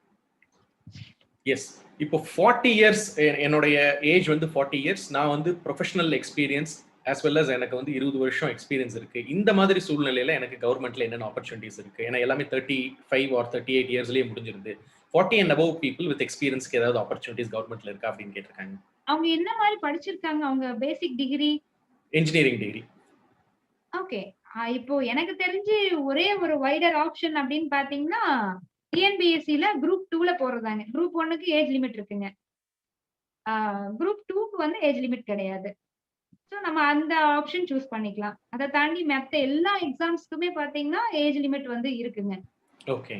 ம். இதுல பிசிக்கலி சேலஞ்ச்டு பர்சன்ஸ்க்கு ஏஜ் லிமிட் என்ன வரைக்கும் இருக்கு அப்படின்னு கேட்டிருக்காங்க எல்லா எக்ஸாம்ஸ்க்கும். அது வேரி ஆகுங்க. யுபிஎஸ்சிக்கு வந்து அதிகமா குடுத்திருக்காங்க. 42 அந்த மாரி குடுத்திருக்காங்க. சோ ஒவ்வொரு இதுக்கும் வேரி ஆகுங்க. அவங்க வந்து எந்த எக்ஸாம்ஸ்க்கு அப்ளை பண்றாங்களோ அந்த ஒரு நோட்டிபிகேஷன்ல போய் அவங்க பார்த்தாங்கன்னாவே எஸ்எஸ்சின்னா அதுக்கு என்ன லிமிட் வச்சிருக்காங்க, டிஎன்பிஎஸ்சினா என்ன லிமிட் இருக்கு அப்படிங்கிறது பார்த்துக்கலாங்க. ஓகே, எதுக்குமே யூனிஃபார்மா இருக்காது, வேரி ஆகும். ஓகே, ஓகேங்க. இப்ப தமிழ் மீடியம்ல படிக்கிறவங்களுக்கு அவங்களுடைய ஸ்கோப் எப்படி இருக்கும் இந்த காம்படிட்டிவ் எக்ஸாம்ஸ்ல அப்படிங்கிற மாதிரி ஒரு ஸ்பெசிஃபிக்கான ஒரு கேள்வி கேட்டிருக்காங்க. தமிழ் மீடியம் ஸ்டூடெண்ட்ஸ்க்கு இப்ப ரீசெண்டா பாத்தீங்கன்னா பிஎஸ்டிஎம் ரிசர்வேஷன் கொடுத்திருக்காங்க. சோ அது வந்து பாத்தீங்கன்னா இப்ப நீங்க நீட் எடுத்துக்கோங்க, அதே நேரத்துல டிஎன்பிஎஸ்சி எடுத்துக்கோங்க, எல்லாத்துலயுமே வந்து பயங்கர ஸ்கோப் இருக்கு. ஆனா அவங்க சொல்ற ஒரே விஷயம் அப்படின்னு பாத்தீங்கன்னா, நீங்க வந்து ஃபர்ஸ்ட் ஸ்டாண்டர்ட்ல இருந்து 10th 12th வரைக்கும் கம்ப்ளீட்டா தமிழ் மீடியத்துல தான் படிச்சிருக்கணும். உங்களுடைய ஃபர்ஸ்ட் டிகிரியும் தமிழ் மீடியத்துல தான் இருக்கணும். அதே மாதிரி பிஜியும் தமிழ் மீடியத்துல தான் இருக்கணும். நெறைய பேர் பாத்தீங்கன்னா என்ஜினியரிங் படிச்சுட்டு இருப்பாங்க. அவங்க கரஸ்ல ஒரு டிகிரிய போட்டு வந்து முன்னாடி இங்கிலீஷ் மீடியத்துல +2 வரைக்கும் படிச்சுட்டு ஒரு டிகிரிய மட்டும் தமிழ்ல போட்டு படிச்சு சர்டிபிகேட் வாங்குனாங்க. இனி வந்து அது பண்ணவே முடியாது. இப்ப ரீசென்ட்டா டிஎன்பிஎஸ்ல ஸ்ட்ரிக்ட்டா சொல்லிட்டாங்க. நீங்க வந்து சர்டிபிகேட் கொண்டு வந்து குடுக்குறதே பாத்தீங்கன்னா, நீங்க ஃபர்ஸ்ட் ஸ்டாண்டர்ட்ல இருந்து 12th வரைக்கும் நெறைய ஸ்கூல்ஸ்ல படிச்சிருந்தீங்கன்னா, 4 ஸ்கூல்ல படிச்சிருந்தாலும், 5 ஸ்கூல்ல படிச்சிருந்தாலும் அந்த சர்டிபிகேட் போய் நீங்க 5 ஸ்கூல்லயும் வாங்கிட்டு வந்து குடுக்கணும். அந்த சர்டிபிகேட் ஃபார்ம் வந்து வெப்சைட்லயே இருக்குங்க. அந்த நம்ம பிரிண்ட் அவுட் எடுத்துட்டு போயிட்டு, இது எல்லா இடத்துலயும் நம்ம வந்து வாங்கிட்டு, அப்புறம் தான் டிகிரியும் வாங்கணும், பிஜியும் வாங்கணுங்க. நல்ல ஒரு ஸ்கோப் இருக்கு. கவலைப்படவே வேண்டாங்க. ஓகே. கடைசியா ஒரு கேள்வி. பெண்கள் தினத்தை முன்னிட்டு பெண்களாக வீட்டில இருந்து கொண்டு குடும்பத்தையும் கவனித்துக் கொண்டு நான் வந்து குழந்தைகளுக்கு சொல்லி கொடுத்துட்டு இப்போ வந்து என்னுடைய வயது வந்து 35க்கு மேல இருக்கு. எனக்கு வந்து இந்த மாதிரி சூழ்நிலையில இந்த 3 வருஷத்துக்குள்ள பிசி கேட்டகரியா இருக்கிறதுனால இந்த 3 வருஷத்துக்குள்ள ஐஏஎஸ், ஐபிஎஸ் இந்த மாதிரி யூபிஎஸ்சி எக்ஸாம் எழுத முடியுமா? அல்லது வேறு துறைகள் சார்ந்த எக்ஸாம்ஸ் எழுதுறதுக்கு உங்களுடைய கைடன்ஸ் என்ன அப்படின்னு ஒரு பெண் வந்து கேட்டிருக்காங்க. கண்டிப்பாங்க. அதாவது நம்ம எந்த வயசுலயும் ஆரம்பிக்கலாம். லேடீஸ்க்கு வந்து பாத்தீங்கன்னா, நம்ம ஆஃப்டர் மேரேஜ்க்கு அப்புறம் பல பிரச்சனைகள ஹேண்டில் பண்ணிட்டு தான் நம்ம படிக்கவே உட்காரணும். நமக்காக நம்ம ஒதுக்கிக்கிற நேரம் ஏன்னா வந்து பாத்தீங்கன்னா, நானும் கல்யாணம் ஆனவங்க. எனக்கு 2 பெண் குழந்தை இருக்காங்க. நம்ம எல்லாத்துக்கும் டைம் எல்லாம் ஒதுக்குனதுக்கு அப்புறம் தான் நமக்குன்னு கொஞ்சோண்டு டைம் கிடைக்கும். அந்த கிடைக்கிற கொஞ்ச நேரத்தையும் ரொம்ப ப்ராப்பரா யூஸ் பண்ணிக்கணுங்க. கண்டிப்பா அவங்க வந்து சர்வீஸ்க்கு போலாம். ஆனா யுபிஎஸ்சி அப்படிங்கும்போது 3 அட்டெம்ப்ட் அவங்களுக்கு பாசிபிலிட்டி இருக்கு. 30 அவங்க வந்து நம்ம இதுல பிசில வர்றாங்கன்னா அவங்களுக்கு ஆப்ஷன்ஸ் இருக்குங்க. ஆனா அவங்க என்ன பண்ணிக்கணும்னா, வீட்ல இருந்து பிரிப்பேர் பண்ணக்கூடாது. கண்டிப்பா ஏதாவது ஒரு இன்ஸ்டிடியூஷனுக்கு போய் ஏன்னா நம்ம லேட்டா போறோம். சோ சீக்கிரமா சர்வீஸ் வாங்கணும் அப்படின்னா, ஒவ்வொரு அட்டெம்ப்டும் கணக்குல வந்துருங்க. நீங்க வந்து பிரிலிம்ஸ்ல கிளியர் பண்ணி, மெயின்ஸ்ல கிளியர் பண்ணி, இன்டர்வியூ போய் நமக்கு கிடைக்கலைன்னா கூட, திருப்பியும் நீங்க பிரிலிம்ஸ்ல இருந்து தான் மேல ஏறி போகணும். பிரிலிம்ஸ், மெயின்ஸ், இன்டர்வியூ அப்படிங்கிறது. சோ அவங்களுக்கு யுபிஎஸ்சி ஒரு ஆப்ஷனா வச்சுக்க சொல்லுங்க. படிக்கும்போது டிஎன்பிஎஸ்சி ஒரு சைடுல வந்து ஒரு ஒரு ஒரு அட்டெம்ப்ட் கண்டிப்பா யுபிஎஸ்சி ஃபோக்கஸ்டா குடுத்துற சொல்லலாம். அதுக்கப்புறம் அது அவங்களுக்கே தெரிஞ்சிருங்க. நம்ம எவ்வளவு பெட்டரா பெர்ஃபார்ம் பண்ணியிருக்கோம், நம்மளால முடியுமாங்கிறது தெரிஞ்சிரும். சைமல்டேனியஸா அவங்க குரூப் 1யும் எழுதுனாங்கன்னா, இல்ல குரூப் 2யும் எழுதுனாங்கன்னா, கண்டிப்பா ஒரு ஜாப் உறுதியா கிடைக்குங்க. கடைசி கேள்வின்னு சொல்லிட்டீங்க. பட் இந்த கேள்வி கண்டிப்பா கேட்கணும். எனக்கு இந்த கேள்வியோட முடிச்சிருங்கன்னு சொல்லி ஒரு சொந்தம் கேள்வி கேட்டிருக்காங்க. அதாவது எம்ஏ பொலிட்டிக்கல் சயின்ஸ் படிச்சா என்ன மாதிரி ஒர்க்குக்கு போகலாம் கவர்மெண்ட் ஜாப்ல அப்படின்னு கேட்டிருக்காங்க. எம்ஏ பொலிட்டிக்கல் சயின்ஸ் படிக்கிறவங்களுக்கு நெறைய ஆப்ஷன்ஸ் இருக்குங்க. இப்ப வந்து லா படிக்கிற ஸ்டூடண்ட்ஸ் நெறைய பேர் வந்து பிரிஃபர் பண்ணிட்டு சூஸ் பண்றது வந்து political science BA political science படிப்பாங்க. அவங்க போய் பிஎல்ல ஜாயின் பண்ணுவாங்க. எம்ஏ படிச்சதுக்கு அப்புறம் நீங்க பாத்தீங்கன்னா, காம்படிட்டிவ் எக்ஸாம் பிரிப்பேர் பண்றதுக்கும் ரொம்ப யூஸ்ஃபுல்லா இருக்குங்க. அதே நேரத்துல நீங்க காலேஜ்ல புரொஃபஸரா போனீங்கன்னா, எம்பில் வந்து இப்போ எம்பில் ஒண்ணும் பெருசா இல்லைங்க. நம்ம பிஹெச்டி முடிச்சுட்டு, டெட் எழுதிட்டு, யுஜிசி நெட் எக்ஸாம் எழுதிட்டு, காலேஜ்ல நம்ம வந்து அசிஸ்டன்ட் புரொஃபஸரா வொர்க் பண்ணலாம். இன்னைக்கு இருக்கக்கூடிய ஜாப்லயே பாத்தீங்கன்னா, ஹைலி பெய்டான ஒரு ஜாப், அதே நேரத்துல வொர்க் கம்மியா இருக்கக்கூடிய ஒரு ஜாப் அப்படின்னு பார்த்தோம்னா, அது வந்து டீச்சிங் ப்ரொஃபஷன். அது பர்ட்டிகுலர்லி காலேஜ்ல தாங்க. ஸ்கூல்ல வந்து வொர்க் லோட் ரொம்ப ஜாஸ்தி. காலேஜ்ல இருந்து சென்னை மாதிரி இருக்கக்கூடிய ஏரியாஸ்ல எல்லாம் காலேஜ் வந்து ஷிஃப்ட் 1, ஷிஃப்ட் 2ன்னு தான் இயங்கிட்டு இருக்குங்க. ஷிஃப்ட் 1க்கு ஒரு ப்ரொஃபசர், அசிஸ்டன்ட் ப்ரொஃபசர் வருவாங்க. ஷிஃப்ட் 2க்கு வேற ஷிஃப்ட் ப்ரொஃபசர்ஸ் வருவாங்க. சோ அப்படி இருக்கிற பட்சத்துல வைடர் ஸ்கோப் இருக்குங்க பொலிட்டிக்கல் சயின்ஸ்.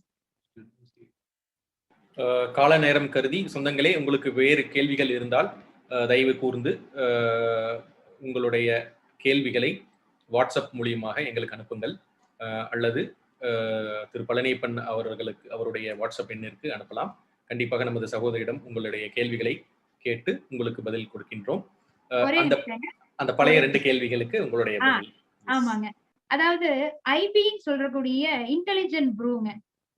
சோ அதுல வந்து பாத்தீங்கன்னா, assistant central intelligent officer ACIO அப்படின்னு சொல்றாங்க. சோ அந்த ஒரு வேகன்சிக்கு ஏஜ் லிமிட் பாத்தீங்கன்னா 18 to 27 இயர்ஸ் தான் சொல்றாங்க. அதே மாரி ஓபிசி கேண்டிடேட்க்கு வந்து 3 இயர்ஸ் எக்ஸ்ட்ரா குடுத்திருக்காங்க. சோ 30 இயர்ஸ் வரைக்கும் எழுதலாங்க. அதுக்கு வந்து ஏதாவது ஒரு கிராஜுவேஷன்ஸ் இருந்தா போதும். எஜுகேஷனல் குவாலிஃபிகேஷன் கிராஜுவேஷன் தாங்க. சேம் டைம் கம்ப்யூட்டர்ல வந்து நாலேட்ஜ் இருக்கணும் அப்படின்னு சொல்றாங்க. இப்ப நெறைய பேர் வந்து பாத்தீங்கன்னா, யுஜி படிக்கும்போதே சைட்ல வந்து கம்ப்யூட்டர் சென்டருக்கு போயிட்டு பிஜிடிசிஏ ஏதாவது ஒரு டிப்ளமோ கோர்சஸ் வந்து படிச்சு வச்சுக்கிறாங்க. அதே நேரத்துல இன்னொரு முக்கியமான விஷயம் என்னன்னா, டைப் ரைட்டிங் இன்னைக்கு இருக்கக்கூடிய காலகட்டத்துல நம்ம கத்து வச்சுக்கிறது ரொம்ப நல்லதுங்க. அது வந்து நீங்க போத் தமிழ் அண்ட் இங்கிலீஷ். நம்ம நெறைய பேர் அதனுடைய இம்பார்ட்டன்ஸ் தெரியறதில்ல. இப்ப அதெல்லாம் பார்த்தீங்கன்னா, இப்ப குரூப் 4ல என்ட்ரி ஆகுறவங்களுக்கு டைப் ரைட்டிங் தெரிஞ்சதுன்னா, அவங்க ஈஸியா பாஸ் பண்ணிட்டு உள்ள வந்துட்டு 4ல இருந்து 2 ப்ரமோஷன் அப்படியே உள்ள சீக்கிரமா ப்ரமோட் ஆயிடுறாங்க. ஹைகோர்ட்டா இருந்தாலும் சரிங்க, செக்ரட்டரியேட், டிஎன்பிஎஸ்சி எங்கவா இருந்தாலும் டைப்பிங் இப்ப வந்து ரொம்ப ரொம்ப இம்பார்ட்டன்ட்டா இருக்கு. சோ அதனால அதையும் தெரிஞ்சுக்கலாங்க. இதுக்கு வந்து எக்ஸாமினேஷன் ப்ராசஸ் வந்து ஆன்லைன் எக்ஸாமினேஷன் டயர் 1லிங்க. அதுக்கப்புறம் டயர் 2 டிஸ்கிரிப்டிவ் டைப் எக்ஸாம். 3வது ஸ்டேஜஸ்ல இன்டர்வியூ குடுத்திருக்காங்க. மிக்க நன்றி சகோதரி அவர்களே. இன்று ஒரு மிக தெளிவான பதில்களுடன் மிக ஒரு சீர்ந்த தொலைநோக்கு பார்வை நம்மளுடைய சொந்தங்களுக்கு கொண்டு சேர்த்திருக்கிறீங்க. உங்களுக்கு வந்து கேபிஎன் குளோபல் சார்பாகவும் கேபிஎன் அசோசியேஷன் இந்தியா சார்பாகவும் நன்றி அப்படிங்கிற ஒரு சின்ன வார்த்தையை மட்டும் நாங்க தெரிவிக்க விரும்பாமல், 36 நாடுகளுக்கு மேற்பட்டு 3700 சொந்தங்களுக்கு மேல் ஒரே குடும்பமாக டெலிகிராம் ஆப்பின் மூலம் ஒற்றுமையாக இருக்கும் நம் சொந்தங்கள் உங்களுக்கு அவர்கள் வாயிலாக நன்றியை தெரிவித்துக் கொள்கிறார்கள்.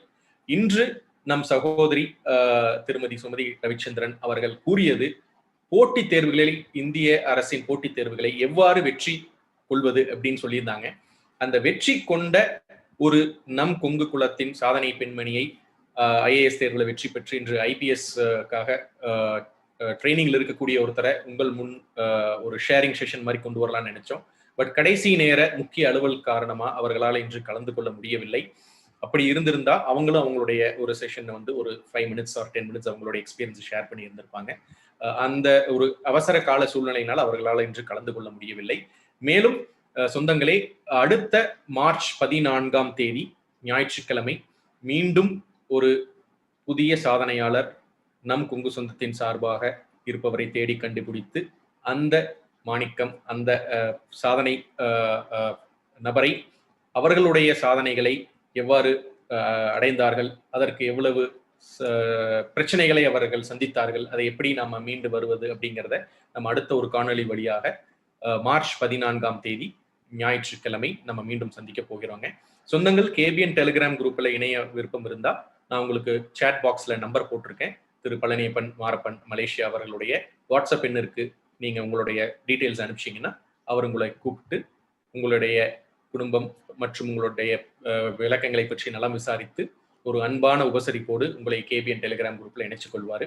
இன்றைய காணொளியில் நம்முடன் இணைந்திருந்து நமக்கு, அதாவது நம் குழந்தைகளுக்கும் நம் வாழ்விற்கும் இந்திய அரசின் போட்டித் தேர்வுகளை பற்றி மிக தெளிவாக அவர்களுடைய கலந்துரையாடலில் நமக்கு தெரிவித்த அன்பு சகோதரிக்கு உங்களின் சார்பாக ஒரு நன்றியை தெரிவித்துக் கொள்கிறேன்.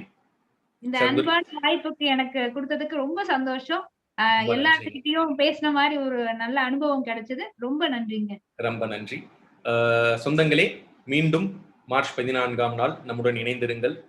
பல தொழில் முனைவோர்களும் பல சாதனையாளர்களும் நம்முடன் இணைந்து, பல துறைகளில் சாதித்தவர்களும் நம்முடன் இணைந்து பணியாற்ற விருப்பம் உள்ளார்கள். மேலும் நம் கேபிஎன் பல திசைகளில் வெற்றி கொண்டு நம் அனைத்து சொந்தங்களின் வாழ்விலும் வெற்றி கொண்டு வந்து சேர்க்க வேண்டும் என்று ஒற்றுமையாக இருப்பதே எங்களுடைய தாரக மந்திரம் என்று நிறைய வாழ்வில் சாதித்தவர்கள் நம்முடன் இணைந்துள்ளார்கள். இந்த தருணத்தில் அதையும் உங்களிடம் பகிர்ந்து கொண்டு இந்த காணொளியில் நம்முடன் இணைந்திருக்கும் அனைத்து சொந்தங்களுக்கும் நன்றி நன்றி என்று கூறி இந்த காணொளியிலிருந்து விடைபெறுகிறேன். உங்கள் வழக்கறிஞர் ராஜசேகரன். நன்றி. தொழில் மற்றும் வணிகம் செய்யும் கொங்கு வேளாள கவுண்டர் சொந்தங்களை இணைக்கும் பாலமாக கேபிஎன் குளோபல் என்ற டெலிகிராம் குரூப் செயல்பட்டு வருகிறது. 39 நாடுகளைச் சேர்ந்த 3585 கொங்கு வேளாள கவுண்டர் சொந்தங்கள் அதில் ஒரே குடும்பமாக தொழில் விவரங்களையும் தொழில் வாய்ப்புகளையும் அவர்களுக்குள் பரிமாறிக்கொண்டு உள்ளார்கள். இந்த குழு எந்த ஒரு அரசியல் கட்சியையோ அரசியல் தலைவர்களையோ பின்பற்றாத ஒரு குழுவாகும். நமது சமுதாயத்தின் மேல் அக்கறை கொண்டு முற்றிலும் நம் மக்களின் வர்த்தகத்தை உயர்த்த வேண்டும் என்ற உன்னத நோக்கில் செவ்வனே செயல்பட்டு வருகிறது. KBN என்ற பெயரில் மலேசியா கோலாலம்பூரில் பழனியப்பன் மாரப்பன் அவர்களால் தொடங்கப்பட்டு தற்போது தமிழ்நாட்டில் Kongu business network KBN association என்ற பெயரில் தமிழ்நாடு அரசில் பதிவு செய்யப்பட்டு தொழில் முனையும் கொங்கு சொந்தங்கள் ஆதரவோடு சிறப்புடன் செயல்பட்டு வருகிறது. KBN குளோபல் குழு தவிர வேறு எந்த ஒரு பெயரிலும் வாட்ஸ்அப் குழு, டெலிகிராம் குழு கிடையாது. இது நமது கொங்கு சொந்தங்களின் தொழில் மற்றும் சமுதாய முன்னேற்றத்திற்கு சேவை மனப்பான்மையுடன் உருவாக்கப்பட்ட அரசியல் சார்பற்ற அமைப்பு. இந்த குழுவில் இணைவதற்கு எந்த ஒரு கட்டணமும் கிடையாது. ஒரு சிலர் KBN பெயரை பயன்படுத்தி சந்தா வசூலித்து சுய லாபத்துக்காக குழுக்களை அமைத்துக் கொண்டிருக்கின்றனர். அவ்வாறு செயல்படும் குழுவுக்கும் நமக்கும் எந்த தொடர்பும் கிடையாது. 100 விழுக்காடு தொழில் சம்பந்தப்பட்ட பதிவுகள் மட்டுமே, அதுவும் இலவசமாக, எந்த ஒரு சந்தாவும் இல்லாமல் நம் சொந்தங்கள் அனைவரும் முன்னேற வேண்டும் என்ற உயரிய எண்ணத்தில் பதிவுகளை அனுமதிக்கும் ஓர் உலகளாவிய வர்த்தக குழு, நம் தொழில் அபிவிருத்திக்கு ஏற்ற ஓர் உபயோகமுள்ள ஒரே குழு KBN குளோபல் டெலிகிராம் குழு. சொந்தங்களுக்கு இது குறித்து சந்தேகங்கள் இருந்தால் +60 13299144 +6 0 13 2999 என்ற அலைபேசி எண்ணில் வாட்ஸ்அப் குறுஞ்செய்தி அனுப்பலாம். நன்றிகளுடன் மலேசியா பழனியப்பன் மாரப்பன் அவர்கள் சார்பாக செழியன் குமாரசாமி. நீங்கள் நமது கொங்கு சொந்தங்கள் வாழ்வில் முன்னேற வேண்டும் என்று விரும்பினால் இந்த தகவலை உங்கள் சொந்தங்களுடன் பகிர்ந்து மகிழ்ந்திட அன்புடன் வேண்டுகிறேன். KBN குளோபல் டெலிகிராம் குழுவில் இணைந்து உங்கள் தொழில் வணிக உறவுகளை விரிவுபடுத்தி வளம் பெற வாழ்த்துகிறேன். வணக்கம்.